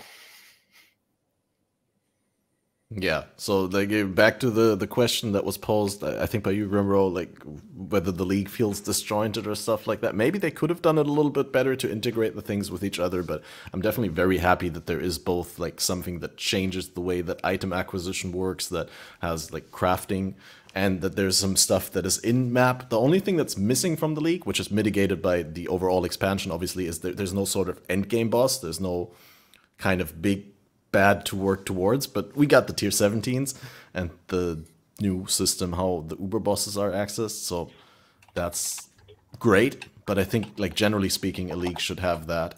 What I also noticed, I think I said that last podcast already, I feel like the league doesn't have much of an own identity in terms of loot. Like, yeah, there's the Allflame things, but those are fueled right back into the league. I guess now the crafting mechanic feels a lot more impactful. The corpses are the identity there. But, yeah, it just feels like it's giving a lot of stuff from other leagues, but there's no, like, you know what I mean? Like, tattoos from Toda. They were Toda, but, like, now they're just brought from Toda into this league, but there's no, like, new thing from this league, kind of. I don't agree with that. I think the Haunted modifiers serve that purpose quite well on the items. I think in general, like the access we have to the items too is literally like unique to this league, right? And Grim can speak a little bit more about that, because I like the 61 items. Like you're not gonna see that, right? Like anytime soon again. Yeah, we're talking about Necropolis crafting now. Yeah, I mean, I was gonna, because it's absolutely busted, right? Like we haven't even started talking about that, but that's like, yeah. I mean, I'll let you introduce the topic, Kat. No, you go for it. You're the expert, dude. I can just pose a question, which is, well, I guess the most general question I have here on my sheet for that mechanic is like, what is actually good to craft? Like, generally speaking, what specific kind of items are easy to target craft with the mechanic, and what is hard, or what you would advise against trying to craft it, or is even impossible? Well, I might have called myself maybe an informed individual in the first few days of Necropolis crafting, but I have definitely, kind of like gone down the opposite road here to the Necropolis crafting in the past few days. I've gone all flames. I have done Necropolis crafting post buff. But I haven't been like sitting in the graveyard like crafting for profit or anything like that. Like, maybe like Spicy Sushi has been doing. But I've been watching those people. I've been keeping an eye on them. So I would say overall, you can make mostly anything if you're willing to give it a few tries. But that obviously is pretty cost prohibitive and also time prohibitive, which most people aren't going to want, and it's also going to involve trading a lot, which Tuna talked about earlier. But absolutely, I do think you can make pretty much anything, and you can make it completely insane. And not only can you make it completely insane, you can make it to a level which has not been seen since Harvest. And the reason for that is that in the past few leagues we've been starting with a fractured item. And then we go from there with essences or whatever. But this gives you a clean item, which can then be synthesized or exalted or with one of the orbs, the influence orbs. So I would say the power level is firmly in the Harvest territory, if not. I mean, I hesitate to say exceeding it, but I think maybe. Well, absolutely. I mean, if you already feel like this in week 1, I mean, how did we feel about Harvest week 1? How did we feel about Recombinators week 1? Right? Like, isn't there a lot more potential unfolding later in the league? Oh, absolutely. I mean, it's ridiculous. The crafting is absolutely absurd. It's I didn't want to say it, but Tuna said it already. So yeah, I do think it's stronger than Harvest. More. Yeah, way more. Although, Kat, I think back in Harvest we were more naive as a player base, whereas now already, like at this point in the league, there's a graveyard planner. Path of Exile has a compute best selection. All this stuff. It's like we have grown beyond the naivety that we used to have in Harvest, and we're a community of predatory abusers now. Exactly, like, but that's also kind of like the fun thing about the game. But at the same time, like, there's no more like, oh, we're gonna figure out some like crazy stuff in 2 weeks. Like, of course, there will be like fringe cases where this does occur, and a lot of the time it's just a matter of like somebody bringing something to light, like, I mean, you guys know that frenzy charges are on gloves, right? And it's like you could just target it like that, like, and it's super easy. Like, so it is a matter of people bringing certain things to light. But yeah, to go back to the specifics of crafting, there's nothing that you can't craft because of the tag system, right? And because of the way that the mechanic works, is that if something is untagged, people are like, oh, but you can't target it. Then of course you can target untagged things, because by virtue of there being tags on other things, that means that it has a tag, but its tag is untagged, meaning that if you reduce everything else, that thing is the only thing that can roll, therefore you can target it, right? But it does make it more difficult to craft when you want to be adding other things. But of course, it just takes a little bit more thought. And like what it does mean though is that like you are getting also other untagged mods on your item, which, since they are living within the same mod group, you can't exclude from rolling on your item, but you can target absolutely everything, no matter what. Like, because the mechanic is it's insane. Like, the crafting is out of control. It's way better than Harvest, and people say like it's tedious. I have to go trade for 88 corpses or whatever. But the way that I like to like draw the parallel is like, was it easier for you to grind for a mirror or to like trade 88 corpses, right? Like, because you're basically creating a mirror item, and you're not only creating one of them, you're creating like 6, because you're duplicating that, and then that's duplicating again, and that's mirroring again. It's like, yeah, you're literally creating like 6 mirror items in like a couple hours of trading. It's busted. I think there's a few caveats to it.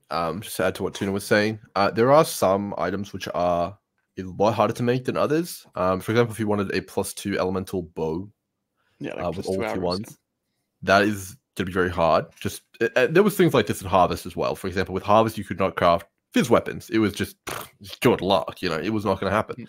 And there's definitely things like that with the crafting mechanic now. But it honestly may just be a matter of time before people figure out a way to get around it, because there's so much stuff that you can do in the garden, or whatever it's the Necropolis.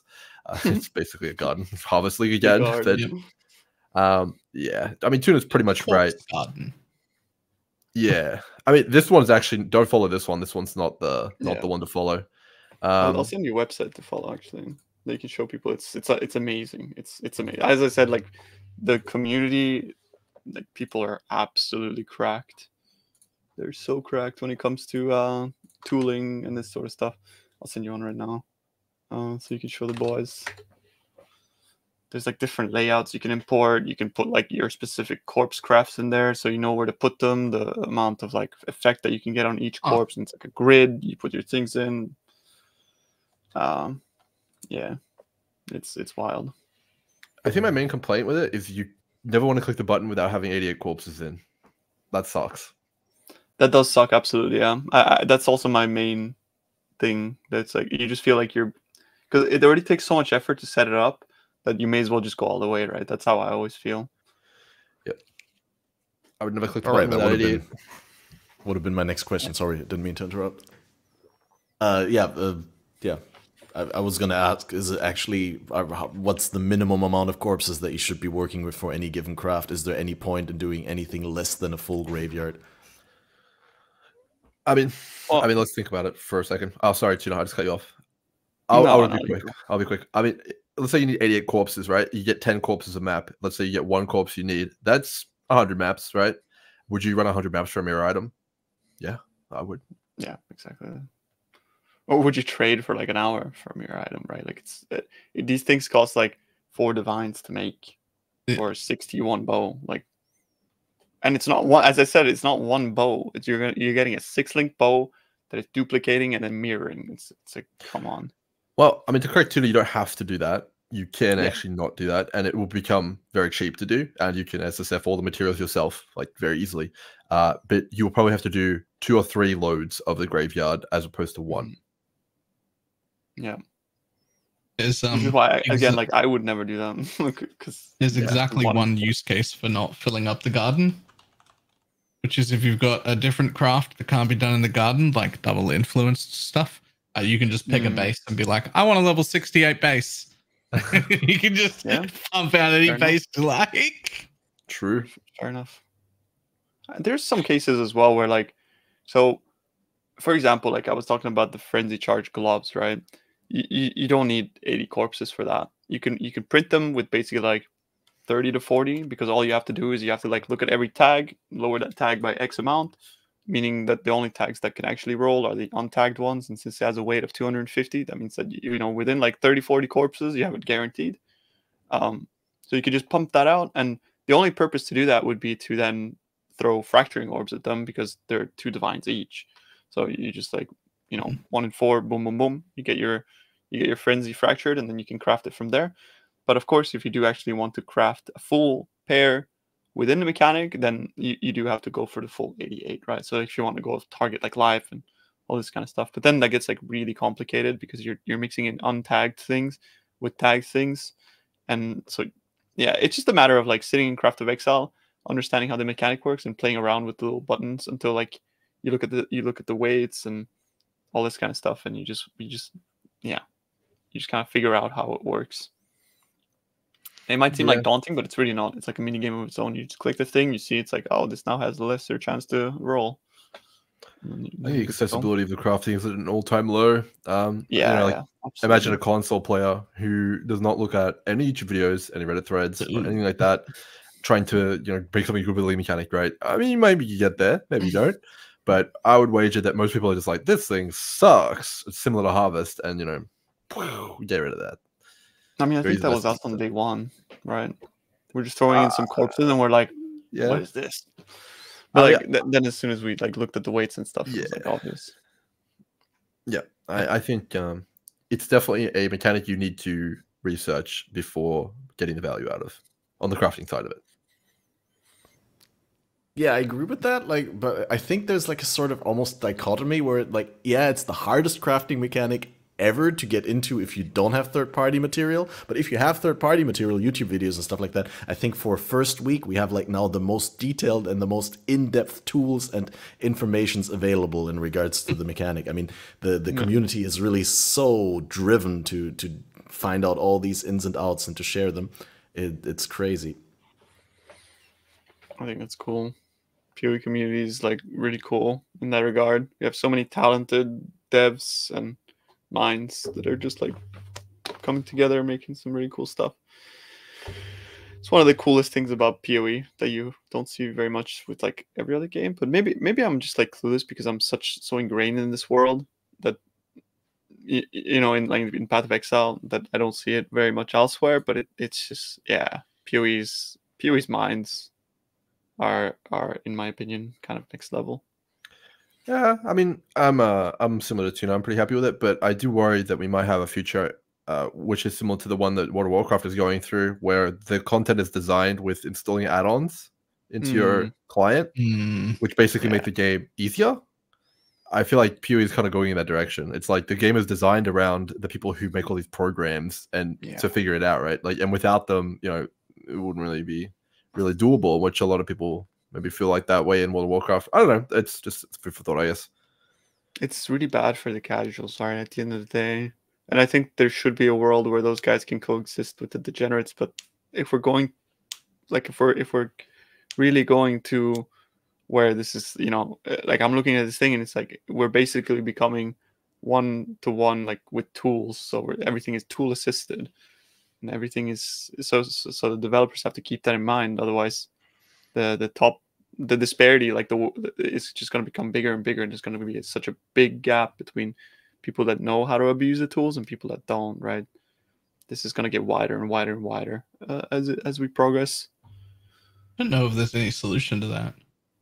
Don't think there is. I also think they can't really dial it back too much because it's sort of part of the entire metagame that they're playing with the community and the creators. And like giving creators stuff to figure out and to share insights on is kind of important to the long-term health of the game, right? Yeah. Because if there was not a whole lot to get into and to explain, what are you going to make videos on, right? Like if the league is figured out like 2 days in.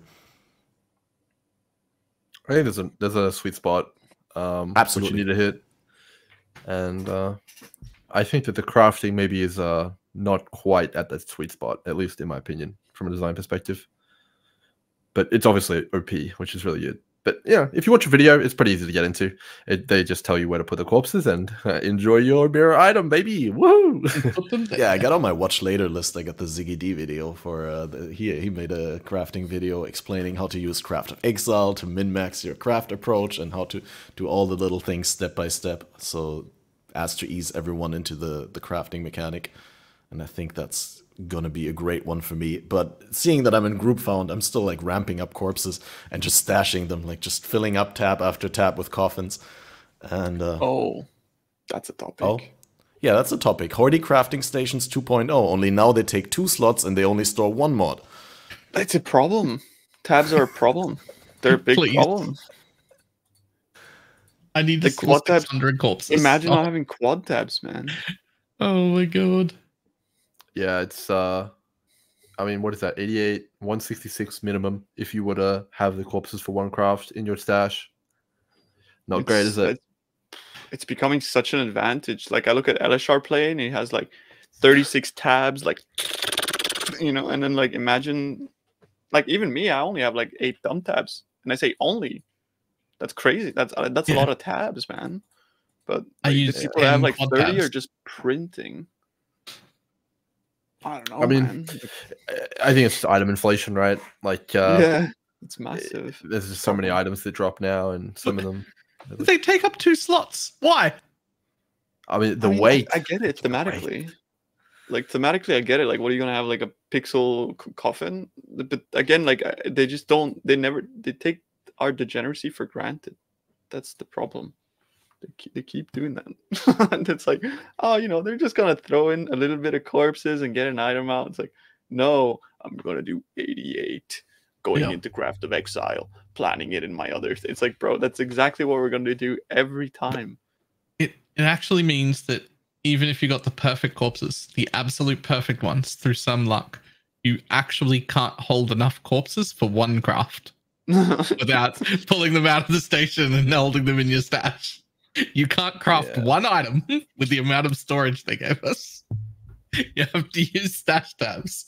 That's some bad math, guys. Well, I mean, you can technically, when your morgue is full, you can start planting the corpses. You just need to know what you're doing because you can't unbury them without deleting them, which is something I don't know. I'm just imagining Catmaster planting his corpses, watering them.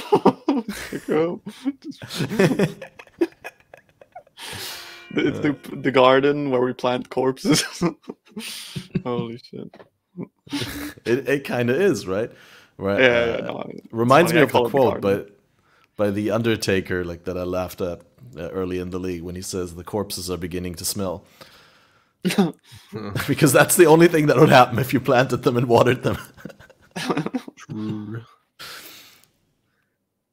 Yeah, so like, what kind of changes would you still like to see to the league? Like, seeing that you said it's not quite in the right spot, is there anything that you'd like to see still, or do you think that that boat has sailed and it should just stay like this so that people can actually get used to it? I think any change they make now is going to make it either more OP, which I think okay, we need to settle down here on the power level, or it's going to make it weaker, which would really be bad. I don't think it should be made weaker because that would be really unfair. So I honestly think they should just leave it alone. I mean, maybe there's some QOL stuff which wouldn't affect the power level of the league mechanic, but if you wanted to really fix it, I'd be like, okay, well, you need to take down the level of corpses so it's not 88. But then you need to increase the power of the crafts, and now all the videos are invalidated, and it's most likely going to be weaker. I don't think they can change it. I think it probably shouldn't have been made quite this strong. They turned it up too hard, but that's gone. That's past. That's done now. Too late. We've got it. We're keeping it. I agree. Yeah, I mean, in hindsight, the power is a bit high, but I think they could absolutely, rather than like focusing on like, because like balancing is just gonna make it a lot of issues where the people that are like we're talking about these kinds of things, but these are not things that a lot of people are like probably like 80% of the community is not going to actually experience until maybe a week or two from now.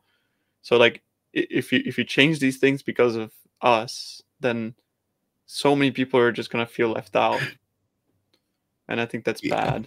So rather than focusing on that specifically, they should maybe focus more on like, who am I to say what they should focus on, right? But like the QL stuff, right? Of course, I think like some of the stuff that can definitely absolutely be improved is even just having like a bulk section for embers, Allflame's corpses on the trade website. That would be just great. Maybe reducing the size of the coffins themselves as well. That would be great. And that would also add like a lot of extra power in a way, but at the same time, it would alleviate some of the issues that maybe some people might come across, which is, where am I going to store these things? Do I need to buy dump tabs? Which, by the way, if you are looking to buy dump tabs, they're on sale right now. So yeah, get them right now. GGG shill down with the shill. We just want our favorite game well funded, right? We want to secure the future development. But yeah, I think that's, rather than going like, oh shit, like they're dropping too many divines, nerf it, like, which I think they should have done, and they really tackled it within one day, so that's props to them. But they need to be careful about that, because especially like in the video that I posted about me like dropping divines, there's so much negativity of people be like, I never got it, it sucks, I quit, it's kind of like fair enough. I feel like this league, more than any league, it's FOMO league, and it's really strong to the point where like I generally don't ever care about anything, but I kind of feel in some aspects there's like a little bit of FOMO, because it's like I kind of want to try divination card farming, but I can't. And it's like, and then this new strat comes out, and all of a sudden Allflame Embers are like 3-4 times the price, and I'm trying to whisper people for them, and nobody replies because everybody's trying to do the same thing. It's like you go last night and you try to buy the anarchy things, and they just like doubled in price on TFT instantly. You whisper anybody for Vault Temples, nobody replied. The Vault Temples went from being 10C to being like 1 div within like 10 minutes. Like, it's like it's actually crazy. It is. Like, it's like, anything like it. Holy shit, man! It is loud. Everybody's like looking for the gold rush. It's just like a bunch of people like really fiending for that. And it's, in my opinion, like, this league is not a Necropolis league. It's FOMO league. Like, it's straight up insane. I've been feeling it from day one, honestly. I've been like, I was like, I'm gonna do my Legion, and then I got my friend in my call. He's just doing Essence and T6 maps, just making a mage bot on day 2. I'm like, huh? What am I doing Legion for, man? Exactly. Yeah. So yeah, it feels bad. And then you see the groupers just like headhunter, headhunter, headhunter. Like, and then you're just sitting there like, huh? And then you got Grim, like fractured items. It's like, and it's that thing with everything. And then everything that all these high-end strategies require you to like go through 13 layers of trade and bulk and TFT, and then you sell your things, and it's like, man, I don't know. Yeah, this is a 1% take, sure, but I think this is something that will like trickle down, as I said earlier. A lot of people will start to feel this if they want to engage in the true endgame content of Path of Exile, which I think a lot of people do want to engage in that, right? At some point in the league. I do think it also is a lack of information, right? Because there's quite a lot of carry combinations which are not included in juicing, which are like super duper profitable as well. I think if you do essence, for example, like I was saying before, it's like crazy money, right? I'm sure there's other things. I think the ultimatum catalyst one is insane as well. Beast farming, I'm pretty sure, is always good. Yeah, harvest is insane, by the way, as well. Yeah, harvest. Yeah, as well. Yeah, exactly. Yeah. I'm actually gonna be doing a bit of that because I'm just like sick of this super tradey stuff. So I'm like, you know what? I'll pick up some life force. I'll sell some life force. Yeah, I'm good. Just minimally chill. related sidetrack. Have you guys farmed any betrayal? What's the Veiled Orb drop rates? I've seen from some people they farmed like 10 Katarina and not gotten a single one, but that's like really small sample size. I've heard it's 1 in 5 or 1 in 4. That's what I've heard. Okay, Yeah, 1 in 4 was the one where I was like, that's what it should be at least when they announced. Friend told me 25%. Yeah, I'm actually low. You think it's too low? I think it's definitely too low. I think it should be 50%. They're really, really expensive. Well, that's what I was gonna say. I checked the price yesterday, and they're like 400 to 500 C, which is like between 3 and 4 divs, right? And that's about the same price as Ashland always was, but when it was traded via TFT before it was itemized. I think they were probably aiming for that though. Yeah, but the problem is they removed the Veiled Chaos Orb. Yeah, that's true. Which was like I know, actually. Fair enough. Good point. Boy, you got one of the most powerful crafting mechanics ever to fill that gap in mid-tier crafting, right? Yeah, exactly. There's no more mid-tier. That's man, that exasperates the issue. They're really creating a big gap in the middle now. Like the gap between like early, mid, and late game is like huge now. No, I mean, you're exactly right, Tuna. Because you used to be able to get away with like doing a Veil craft by just using like one bench craft. You know, like prefixes can be changed, Chaos Orb, right? But now you have to do prefixes can be changed, Veiled Orb, which is 6 div instead of 2. It's not good, man. It's triple the price if or even one shot. Right, and in some cases, even before using a Veiled Orb, you might actually have to do prefix can be changed Scour, and then prefix can be changed Veiled Orb, because you might have like 1 or 2 prefixes on there that already rolled on your item that you actually have to get rid of before committing to the, the final craft. Especially that if you have 2 prefixes and you craft prefix can be changed in your Veiled Orb and it removes the craft, your item's bricked. So you have to go through the process of cleaning it in some situations. Yep. Oh boy. PoE. That's how it goes, dude. Well, it goes. I think the biggest issue, well, not really an issue, but my understanding is that the Veiled Orb is basically the majority of what you want to farm in Heist now. Well, not Heist, Betrayal. Like, same thing. Because the Scarabs are like, kind of despair, because you can just get them better from other places, right? Yeah, you print them, yeah. I mean, Heist members are just the Syndicate members with new textures and voices, right? I mean, reasonable statement. I guess it's kind of true. Okay, I just wanted to say to the power level of the league crafting, it's probably, honestly, now that I think about it, it's probably in the right spot if you want any like casual player to realistically to be able to craft a bunch of perfect or like really good items, because if they made it so that, like what I said earlier, I expected to see perfect 6 tier 1 items maybe later into the league, like 4, 5, 6 weeks. But if the best players, like the top end players, only obtained those items at that point in the league, then it would be impossible to get a single one of those for the casual player until the end of the league.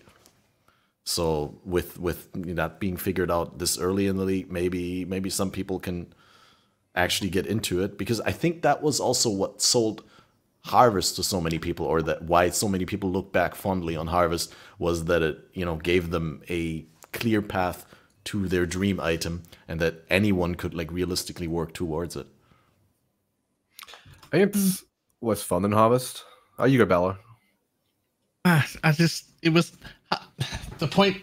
Harvest for me was way easier to deal with. I didn't like Harvest crafting either, but I'm not a crafter person. I don't do crafting most of the time. And even I dealt with harvest crafting, which is like, I don't craft. And even I dealt with harvest crafting. I look at the graveyard and I'm just like, I'm out. Bye. I bulk sell all my corpses. I'm done. I don't want anything to do with it. So, seems like maybe it's, I don't know, little too. I actually have what that. The word is.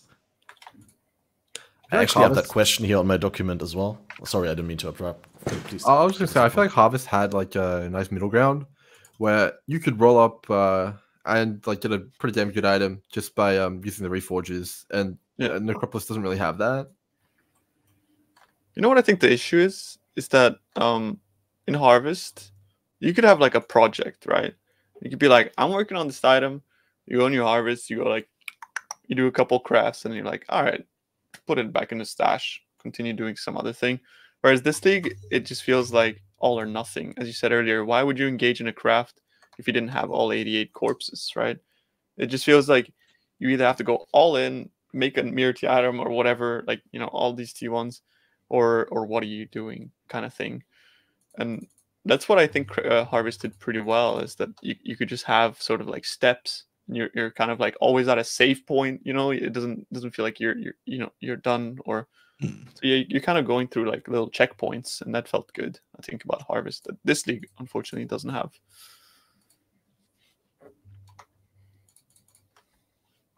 Yeah, what could they actually do to close that gap a little bit between the high end crafting of this league and the entry level or mid tier? Is there something could they do like a bonus to? Sorry, give me veiled chaos orbs back. Yeah. We called this before the league started. The veiled chaos orbs weren't really that important for degenerates. Most of us were gonna ashling slam. Items are too strong at that point. You need the ashling rather than a veiled chaos orb. Veiled chaos orb was a thing mostly used in low to mid tier crafting, and it disappeared. Yeah, that's. I do think the fracturing orb is nice that it's available though. So at least, yeah, you know, honorable mention for that one. I don't know if they actually need to do anything. You know, like when you poke a hornet's nest and they go bzzz and go all over the place, and then they slowly settle down again, and it's like, okay, it's normal again. I feel like we're very much in the bzzz phase. Everyone's like going crazy. No one knows what's going on. It's chaos. But I do feel like, you know, once everyone like understands, okay, this is how everyone's going about stuff now, it'll be a lot simpler. That goes for crafting and farming strategies and everything about it. You know, I feel like we just need a new normal. Yeah, especially like I think next league, once we've settled into the whole like scarab change, things will be like more like people will kind of know their place. But I think they're gonna rebalance everything again because it feels very unbalanced, some things, right? So again, we might go into next league like thinking like, oh, you know, I'm gonna be like, you know, Grim was saying earlier, it's like I'm gonna be like farming my legions or whatever, and then it's like all of a sudden it's like, no, actually that's just been rebalanced, and you gotta refigure out everything again. So, I don't know. Meow. That wasn't here. I wish that was here. Yeah. I want a cat.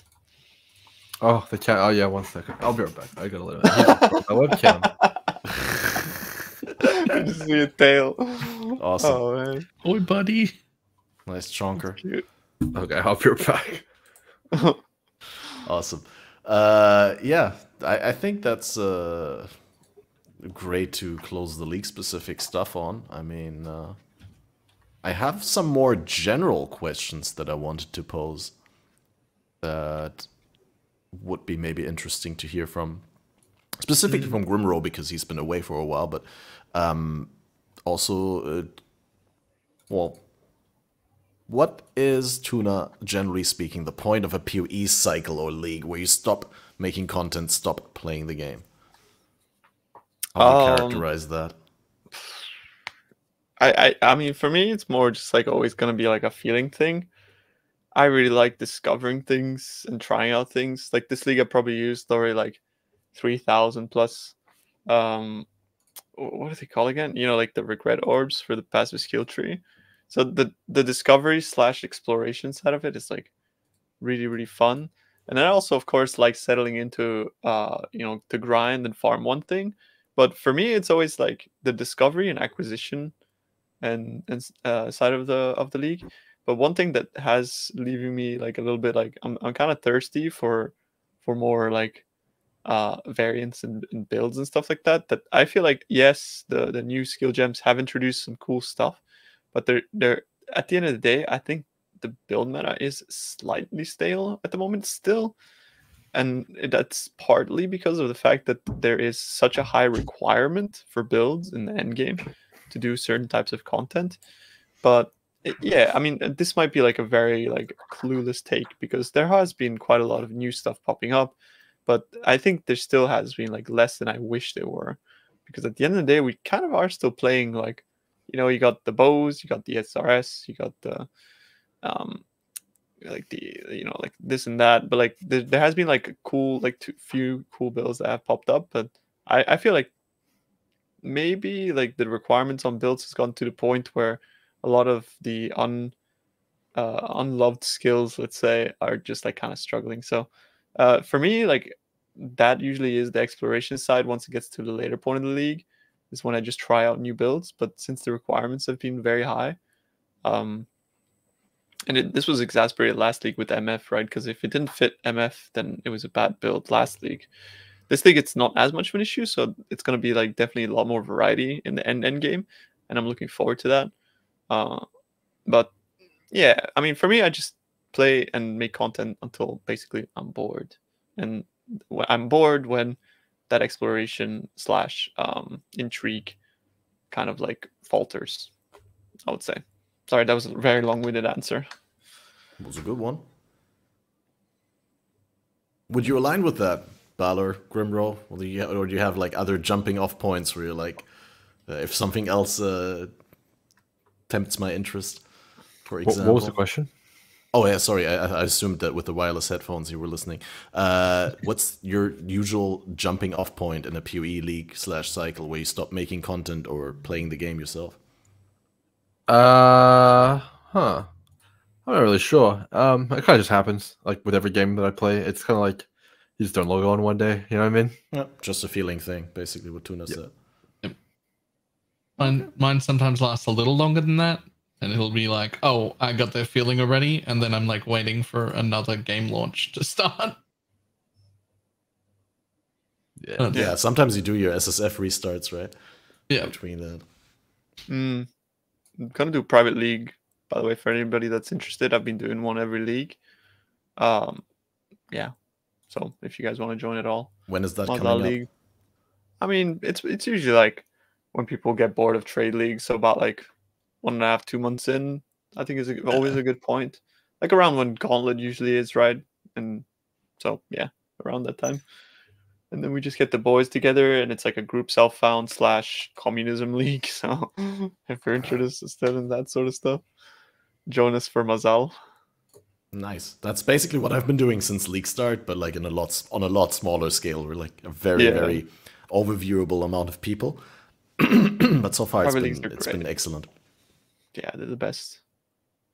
So I think like trade has gotten to the point where we're also like tunnel vision and like making currency and doing all this crazy stuff, that once you go to like SSF or a smaller economy sort of environment, where is where you can actually truly enjoy the game for what it is, in my opinion, which is like, you know, content variety, as well as like not worrying too much about running on the treadmill and, you know, like chasing the meta. I think what the saying is like chasing the dragon, right? Which a lot of us are in Trade League. And you kind of like, you don't really get that too much in SSF / small private leagues. So it gives you sort of like a fresh way to play the game, and it's very enjoyable, IMO. Maybe it's because I have like 15,000 hours playing PoE, right? So I have that perspective, but in general, I feel like a lot of people share the same sentiment. Actually, you give me an idea. You know what would actually make me play way longer? And I really hope they do in the future. Now we seem to be under a new direction here. Is if they, I mean, they've been doing a good job with the Atlas and the mechanics and the Scarabry work and sorts of stuff like that. But if they could go into their archive and pick out fan favorite builds and bring them back like to the state they were, or even like, you know, to a competitive state, oh boy, I would get jiggly jazzed. Like if I could go back and play some of these like fan favorite builds, because I don't know, man. Exactly. I felt like pretty kind of like limited on what I could play this league to like really go fast and stuff like that. But man, imagine if they brought back Warb or like full powered Blade Vortex, like which was not slow, or maybe like cock discharge with like the shield charge interaction where you could shield charge and you go bang, bang, bang. That was so awesome. So like a kind of opposite direction game design approach to what they're doing right now, where they're like, oh, we're just gonna give the people a bunch of tools, a bunch of new skills, a bunch of new items, and they figure out what's the strongest. And you mean like reverse engineer that by looking at old builds and archetypes and bringing them back into the current meta by giving them new options to play with? I don't know if they have to be. I mean, maybe. I'm not sure. I don't know. I have a lot of old favorites, which I'm like, I feel like I could play that again, but I feel like there's no way, right? I wish I could play it, but it just doesn't hold up anymore. And I feel like the options are not even, they're actually getting fewer and fewer, for me at least. I don't know. Is that because the actual options are getting fewer in terms of the balance state of the game, or is that just because your expectations and your requirements to what a good build is consistently go up every league? Maybe it's a bit of both. I'm not really sure. I mean, there's definitely a lot of new cool stuff, which has been created this league. Like I saw the Jungro and Armageddon brand, thing, which looked pretty cool. But yeah, I'm not really sure. And the Archmage stuff could be really good as well. Maybe we just need to give it some time. But yeah, I feel like, especially in the mapping department, imagine if they brought back Cyclone, man. Can you imagine how hyped that would be? Legion Cyclone, please. It's the only melee build I've enjoyed. I'll play it again. Actually, like, honestly, lines up with what I said as well when you were AFK, Grim. Sorry, God. Go. That's all I wanted to say. Oh no, I just wanted to reiterate my point of like them doing the other approach, because it's historically been, if a build from like 2 years ago or 3 years ago has a revival in the current league, then it's because they threw some tools in and it just randomly, organically happened without the intention. And like maybe it would be actually cool if they had some sort of intention to bring back past builds. But there was another point that I wanted to bring up, because I didn't just want to repeat what I said previously, but now I missed it. I'm so sorry. Not your fault. Balor, did you have any sort of ideas on that? Do you have any things where you're like, that's something that they could do in order to keep me playing longer? I don't think that I want to be kept playing longer. Yeah, true. You already play a shit I've already got a problem. Like, there's already PoE, soon to be PoE 2, Last Epoch, Torchlight. I'm really enjoying the, I don't know what you call them, Bullet Hell games or Bullet Heaven games that I'm trying to enjoy on the set. There's already too much, man. Don't try. PoE 1 already has my attention for like 2 out of the 3 month cycle, almost exclusive. It's already monopolizing too much time. It doesn't need more. I love it. I love being busy. I love it too. I'm not a be shitter game so that I leave quicker. But like at the same time, I don't like. There's also other things that I could do, and if you get too much more, I won't have time to do anything else. So yeah, I'm under like on the side of like, if I could breathe in PoE, I would. So I would just want them to just make me play longer all the time. Like, this game is just too good. Yeah, I mean, I think it's pretty. I think it's interesting though. I like, because I don't know if anyone knows, but like, I played last league as non-content creator. I took it off, right? I was playing Affliction just as one of us, but I didn't play any less or more than I did as a content creator. I think it really just does boil down to what you're interested in the game, and some people have different play times based on that, right? Like, if you're someone who really enjoys cooking a lot of different builds, then you'll play probably longer than someone who is interested in the economy, because the economy generally runs its course for the most part in 2 or 3 weeks. Yeah, I was going to say a month. By the time you're a month in, I stopped making filter updates. That's how I know. Yeah. Like up until now, I've updated all of my loot filters and all of my strictnesses because I share them at least once a day, if not 2 or 3 times a day. I'm on like I was like making my filter yesterday for the fractured item things, and I'm on iteration 20 of my filter. So yeah, it's crazy. Oh. But once you're a month into a league, unless something major happens, those filters are done for the league. I think they don't need another update. Yeah. Right. I like making filters. It's fun. It's a fun aspect. I don't like making filters every league. I've been kind of defaulting to just using Balors. Because I'm lazy. But nah, this league, I mean, I'm SSF, so I kind of want to make my own situationally. But I'm very aware that we crossed the 2-hour mark, so we should be rounding things off relatively soon. But I would like to pose like one more thought experiment, and then I have a specific question for Grimro, which has already been half answered, so it shouldn't take too long. But with the benefit of hindsight, which is the one league start that you'd like to get a do-over on?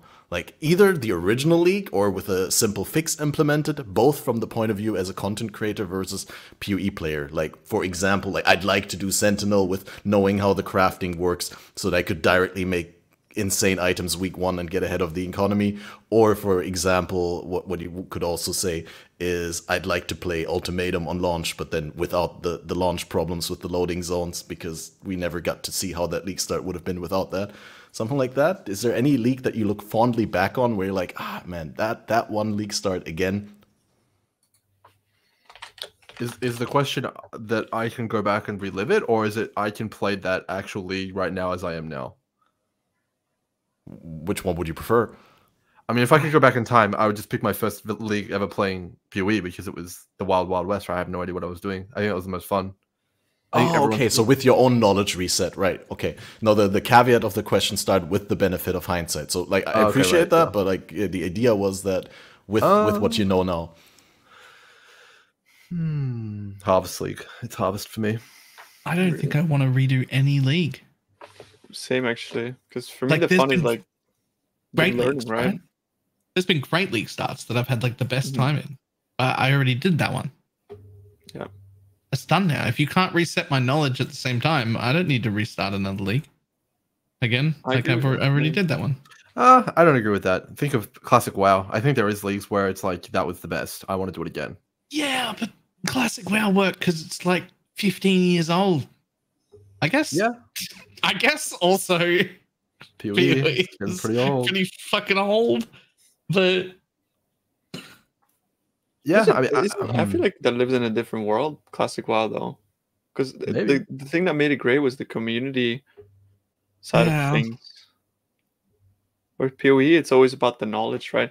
I feel like acquiring the knowledge is the really fun part. Yeah, I'm good with not repeating a league, even the ones I really loved. Like I'm fine. Yeah, the reason I picked Harvest is because it had the most viable builds and the least friction to mapping. True. If you wanted to blast, you could blast all day long. I mean, you even blasted in SSF, if I recall, Tuna. You did everything yourself. It was easy. Yeah, I did. It was great. Yeah, I loved Harvest League. From chat there, Legacy League, when they did that, if they did another version of that updated with like a bunch of old ones stuffed together, I'd love that, but not one specific thing. But quality of life, not with League Stone micromanagement. Yeah, I mean, I actually really didn't mind the League Stones personally. They were just scarabs, basically. Yeah, I didn't really care about them either. They were fine. But with the Atlas tree, we kind of have Legacy League in the game, with the exception that we don't have access to stuff that's not currently in the game. Exactly. Like the juice has become so normalized now that we like look back at like, oh, Legacy League was insane. It's like, and that would be like 10% of what we have now almost. You know, it's like now the game is like we have so much crazy stuff going on. It's just ridiculous. But I kind of like agree with Balor on that. That I think a lot of the things that made me like look back at leagues and be like, I love that league. That was the best time ever. Like for me, that's like Legion League, because that's when we discovered true delving, right? But if I were to go back now with the knowledge that I have now, aka in a way, like experience makes you jaded. That's just like kind of something that goes like hand in hand, right? I think going back now, I would not sort of be as like in love with the league as I was then, if that makes sense. And that's what made it good at the time, is that like I was kind of like ignorant to all of the things that I've sort of learned over time, that I am now, for example, ignorant to Necropolis, right? And that's what makes the game good. It's just this aspect of you don't know, you're walking into the unknown and you're discovering things. But as you do things for an X amount of hours, you sort of become a little bit more jaded, and therefore, you know, that is why economy resets and leagues are so good. Yeah, fair point. Yeah, you did drive that point home, that the exploration is really the part that keeps you in the game. So it does make sense that, yeah, you wouldn't want to go back, because you couldn't like go back to a point where there's actually exploration for you. Naivety, I think, at the time is what makes things good, right? Ignorance is bliss. Yeah. So yeah, and then there's the one question I wanted to really ask Grimro, although that's been half answered because you already said if you're not making content, you're playing the game exactly the same as you're playing it when you're making content. But my question was like, how do you do the amounts of research needed to break down the league mechanics so quickly and come up with very detailed guides in the first week of the league that you make content? Like, is there any magic behind the scenes? Are you just a super driven individual? Are you very organized with your approach? Do you have a huge team behind you? What's the juice there? I mean, I don't know. I think you overestimate my abilities. I don't think I'm anything like special or anything like that. Like, honestly, like I think Tuna is at my level, if not exceeding me in a lot of you know, kind of departments. I guess if I had to say there's one thing which I'm probably uniquely known for is my ability to not be negative. I will always look at something and try and see the potential in it versus this is trash, you know, and go on Reddit. True. I will try and make it work. And if you try and, you know, try every angle, generally you just end up finding something that might work, right? There's been some times where it hasn't, and I've posted that, and there's times where it does, and I post that, and that's generally the way it goes, right? I mean, I was of the opinion that Necropolis would have been powerful even without the buff, right? Like, and then they obviously buffed it, but I could already see that it was going to be strong. And I remember telling Tuna that because he said it was, you know, maybe not going to be too powerful, but I remember saying, no, it's going to be crazy. So yeah, I think it's just a lot of people, it's hard not to be negative if it sucks on launch and, you know, you can't make anything good. But yeah, I always try and look at, okay, what is the potential of this thing, right? And then I get situations like a Calandra, and I get depression. Yeah. Well, maybe one day in the future we can have you on with Snoobay, because Snoobay is a very vocal Lake of Calandra enjoyer. Okay. I mean, I think he just says that because everybody else hates it. I don't think he believes it. I think it wasn't it his first league ever, or something like that, or like close to the first league. Well, I mean, I don't know. Roasted to classes, right? To defend my honor, I didn't say that I didn't think it was going to be powerful. I said it was tedious. Also, I think one thing that Grim is really good at is being modest, because my guy is like so good at presenting data and showing off like all of the really interesting things about a league mechanic in a way that I think no other content creator actually does. So Grim, I don't know if you know how often people, not just like chatters and whatnot, but like other content creators just say shit like, I don't even know what to do. I'm just going to wait a few days until Grim tells me how to deal with it. Exactly. Like you have no idea how common that is. I mean, like, I think there's an increasing amount of Grims of which you can refer to, but yeah, I'm very honored. I think, like, if I had to name one, Spicy Sushi is probably who I'd go to for crafting. And if you're interested in, like, you know, Magic Find, of course, there's Snap and Empyrean. Like, there's no way I can hold a candle to them, right? They've got that on lockdown. And, you know, recently we've even seen some other new faces come up. So it's not just me, but yeah, I'm honored that you guys, I feel that way. All right. Yeah. A lot of very really five heads in PoE. Very wholesome podcast. Before I forget it, I would like you to know that I'm very grateful for you both coming on and sharing your time with us here. And, well, is there something that you have coming up that you get cooking right now that you'd like to make the audience aware of, that you like to plug? Maybe also other content creators if you feel so inclined.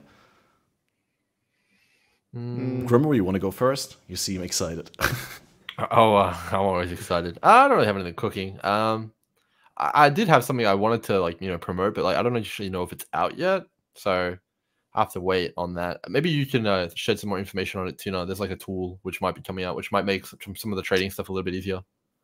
Yeah. I mean, as of right now, so I can just share that there is a potential for a tool to be coming out soon to help alleviate some of the stress on trade that a lot of us behind the scene have been really working hard on.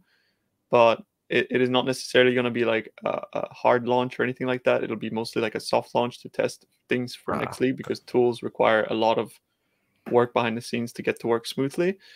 And but we're quite close on that. It's just a matter of testing that stuff out. So in regards to really telling you guys more information about that, I don't think I'm really the one that should be doing that right now. But yeah, know that something is coming, and a lot of us have put a lot of time into it, and hopefully it should alleviate some of those issues. But yeah. Yeah, that's all we got, guys. Sounds very exciting. I can't wait to learn more about it. I wish I could tell you, I've been holding on to this for months and months, right? But sometimes you just gotta wait for the right time. Do you know what I mean? Yep. I'll see whether I can extract some more details after I press the end stream button. Yeah. Don't tell me. I'll tell everyone. Yeah, no, that's for me. I guess we'll have to wait on my big announcement. Well, not mine, but something I'm excited about. Okay. Balor, do you got anything? I got nothing. Really? I'm trying to make Righteous Fire good now. Well, good. Basically, I'm copying Pox, but adding 200% area to it so that I can blast. That's Send Bob. You can get a synth item really easy this time, so that's pretty good, right? You can explode. You don't need MF on your build, bro. That's the most liberating thing ever. I'm putting on Aventers and Boots because they're so low value, but just one Venters and Boots. That's it. I don't need any more Quan gear. Fair enough. They're just too easy to fit in, man. I know. Two huge value items for nothing. I'm not doing any more Quant than that. That's it. One ring, one Boots. That's it. I don't know if it skills Scarabs. The Quant. I don't think it does. Rarity does. Does it? Oh god, this is a whole conversation we could have for another hour. I'm not sure. Someone needs to do some tests. Not me though. Yeah. Well, I got a little something. I also want to do a shout out in the spirit of praising and promoting our PoE peers. Ventura just made a really good video on the Spectre mechanic for Detonate Dead. Why I bring this up is because I rushed out a really quick 4-minute video in the beginning of the league, letting everyone know that meat sacks can now be desecrated, and meat sacks have a little bit higher base life than Kitava Heralds, which are the best act Spectre for DD to bring into maps. Just want to quickly clarify 2 or 3 things. You definitely can add each monster once to your corpse table, just because everyone is playing DD this league, so I feel like I need to point this out. So you should always fill your Spectre limit with different high life Spectres, and you can go up to 11 with the new Spectre special tech, right? It's crazy, but you can get a lot of Spectres. And you don't need the Raise Spectre gem afterwards, can throw it away, but you need to once bring them into your corpse table. From the acts, there are some really good monsters, Kitava Heralds, Alpha, Gorgol, and Cave Stalker, and so on. There is a list out there. I'm going to link it in the chat down below.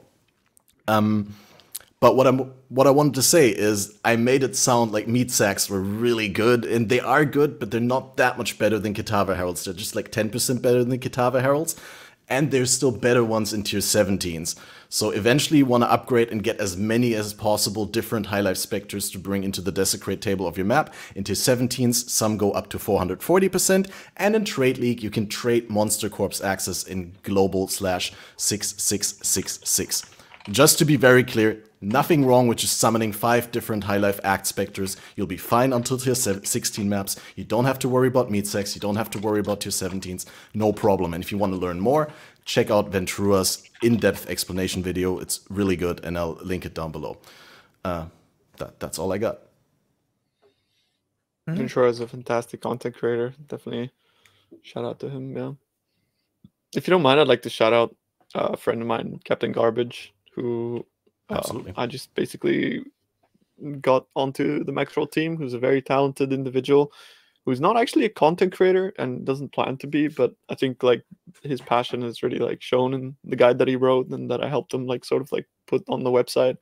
And I just want to give him a little bit of vote of confidence because I think he's really talented and the guide has helped so many people.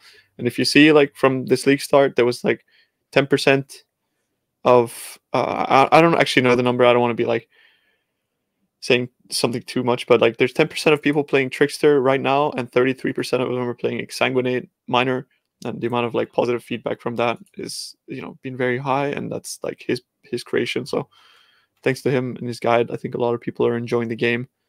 So shout out to Captain Garbage, and of course shout out to the, you know, all the other boys at Maxroll as well for putting in the effort to like provide all the tools as well as like all the guides and stuff that I think like have had like quite a positive impact on a lot of people in that are like learning the game and that kind of stuff. But I don't want to get into like a sort of like a hashtag ad thing. I just genuinely think that like there's some pretty talented people in the community and I'm glad to be a part of it. I have no idea who that is, but I have to say that's a fantastic name to have. Captain Garbage. Captain Garbage. That's so good. He's great. It's kind of like Captain Lance, but then with that little bit of like, you know, coolness, that understatement, right? When I was talking about him, a lot of people were like, "Yo, why are you slandering Captain Lance?" I'm like, it's not, it's Captain Garbage. Captain Lance is the only one allowed to be captain. Yeah, he's the cap. Right. Yeah. Great. Send me a link to Captain Garbage. I'll put it in the description as well. I want to make sure that we link everything that we shout out because, you know, some things are not that easy to spell and some people are not native English speakers or listeners, so I always want to make sure that I link everything down below. Once again, thank you for coming on and taking time out of your day. And by extension, a huge thank you to all the creators who do that and to repeatedly make appearances on this podcast, add value to the episodes for the audience. And well, I have to say it like it is, FATED couldn't be what it is if it wasn't for the continuous support from the community, from the content creators and the audience. So thanks for that, everyone. And if you've missed the beginning of the episode, this is always available in full on my YouTube, on Spotify later, and on all podcast platforms as audio. And we got another episode coming up. See, this is the part where I scramble because I'm not prepared to read that out just yet, so I need to go back into my backlog of information.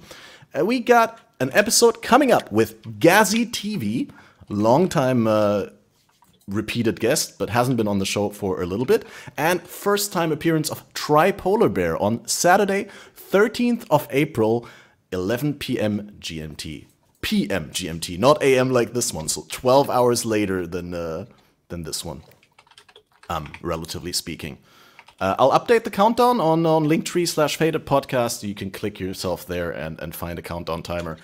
And with that said, this is the end of the episode. Thanks everyone tuning in. Have a wonderful rest of your day, and make sure if you're not following these wonderful creators to go and check them out. You will love their content because it helps you get better at the game. And that's ultimately what is the most important.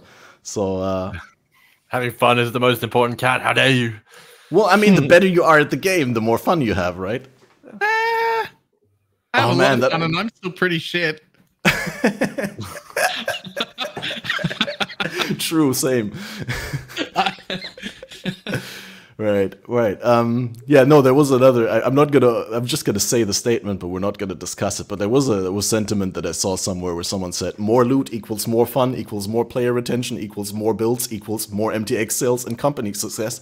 But that would be an entire thing to get into because I'm not sure whether more loot is necessarily better for the game. But hey, we'll discuss that in a future episode.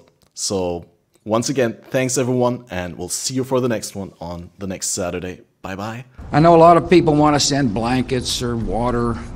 Just send your cash.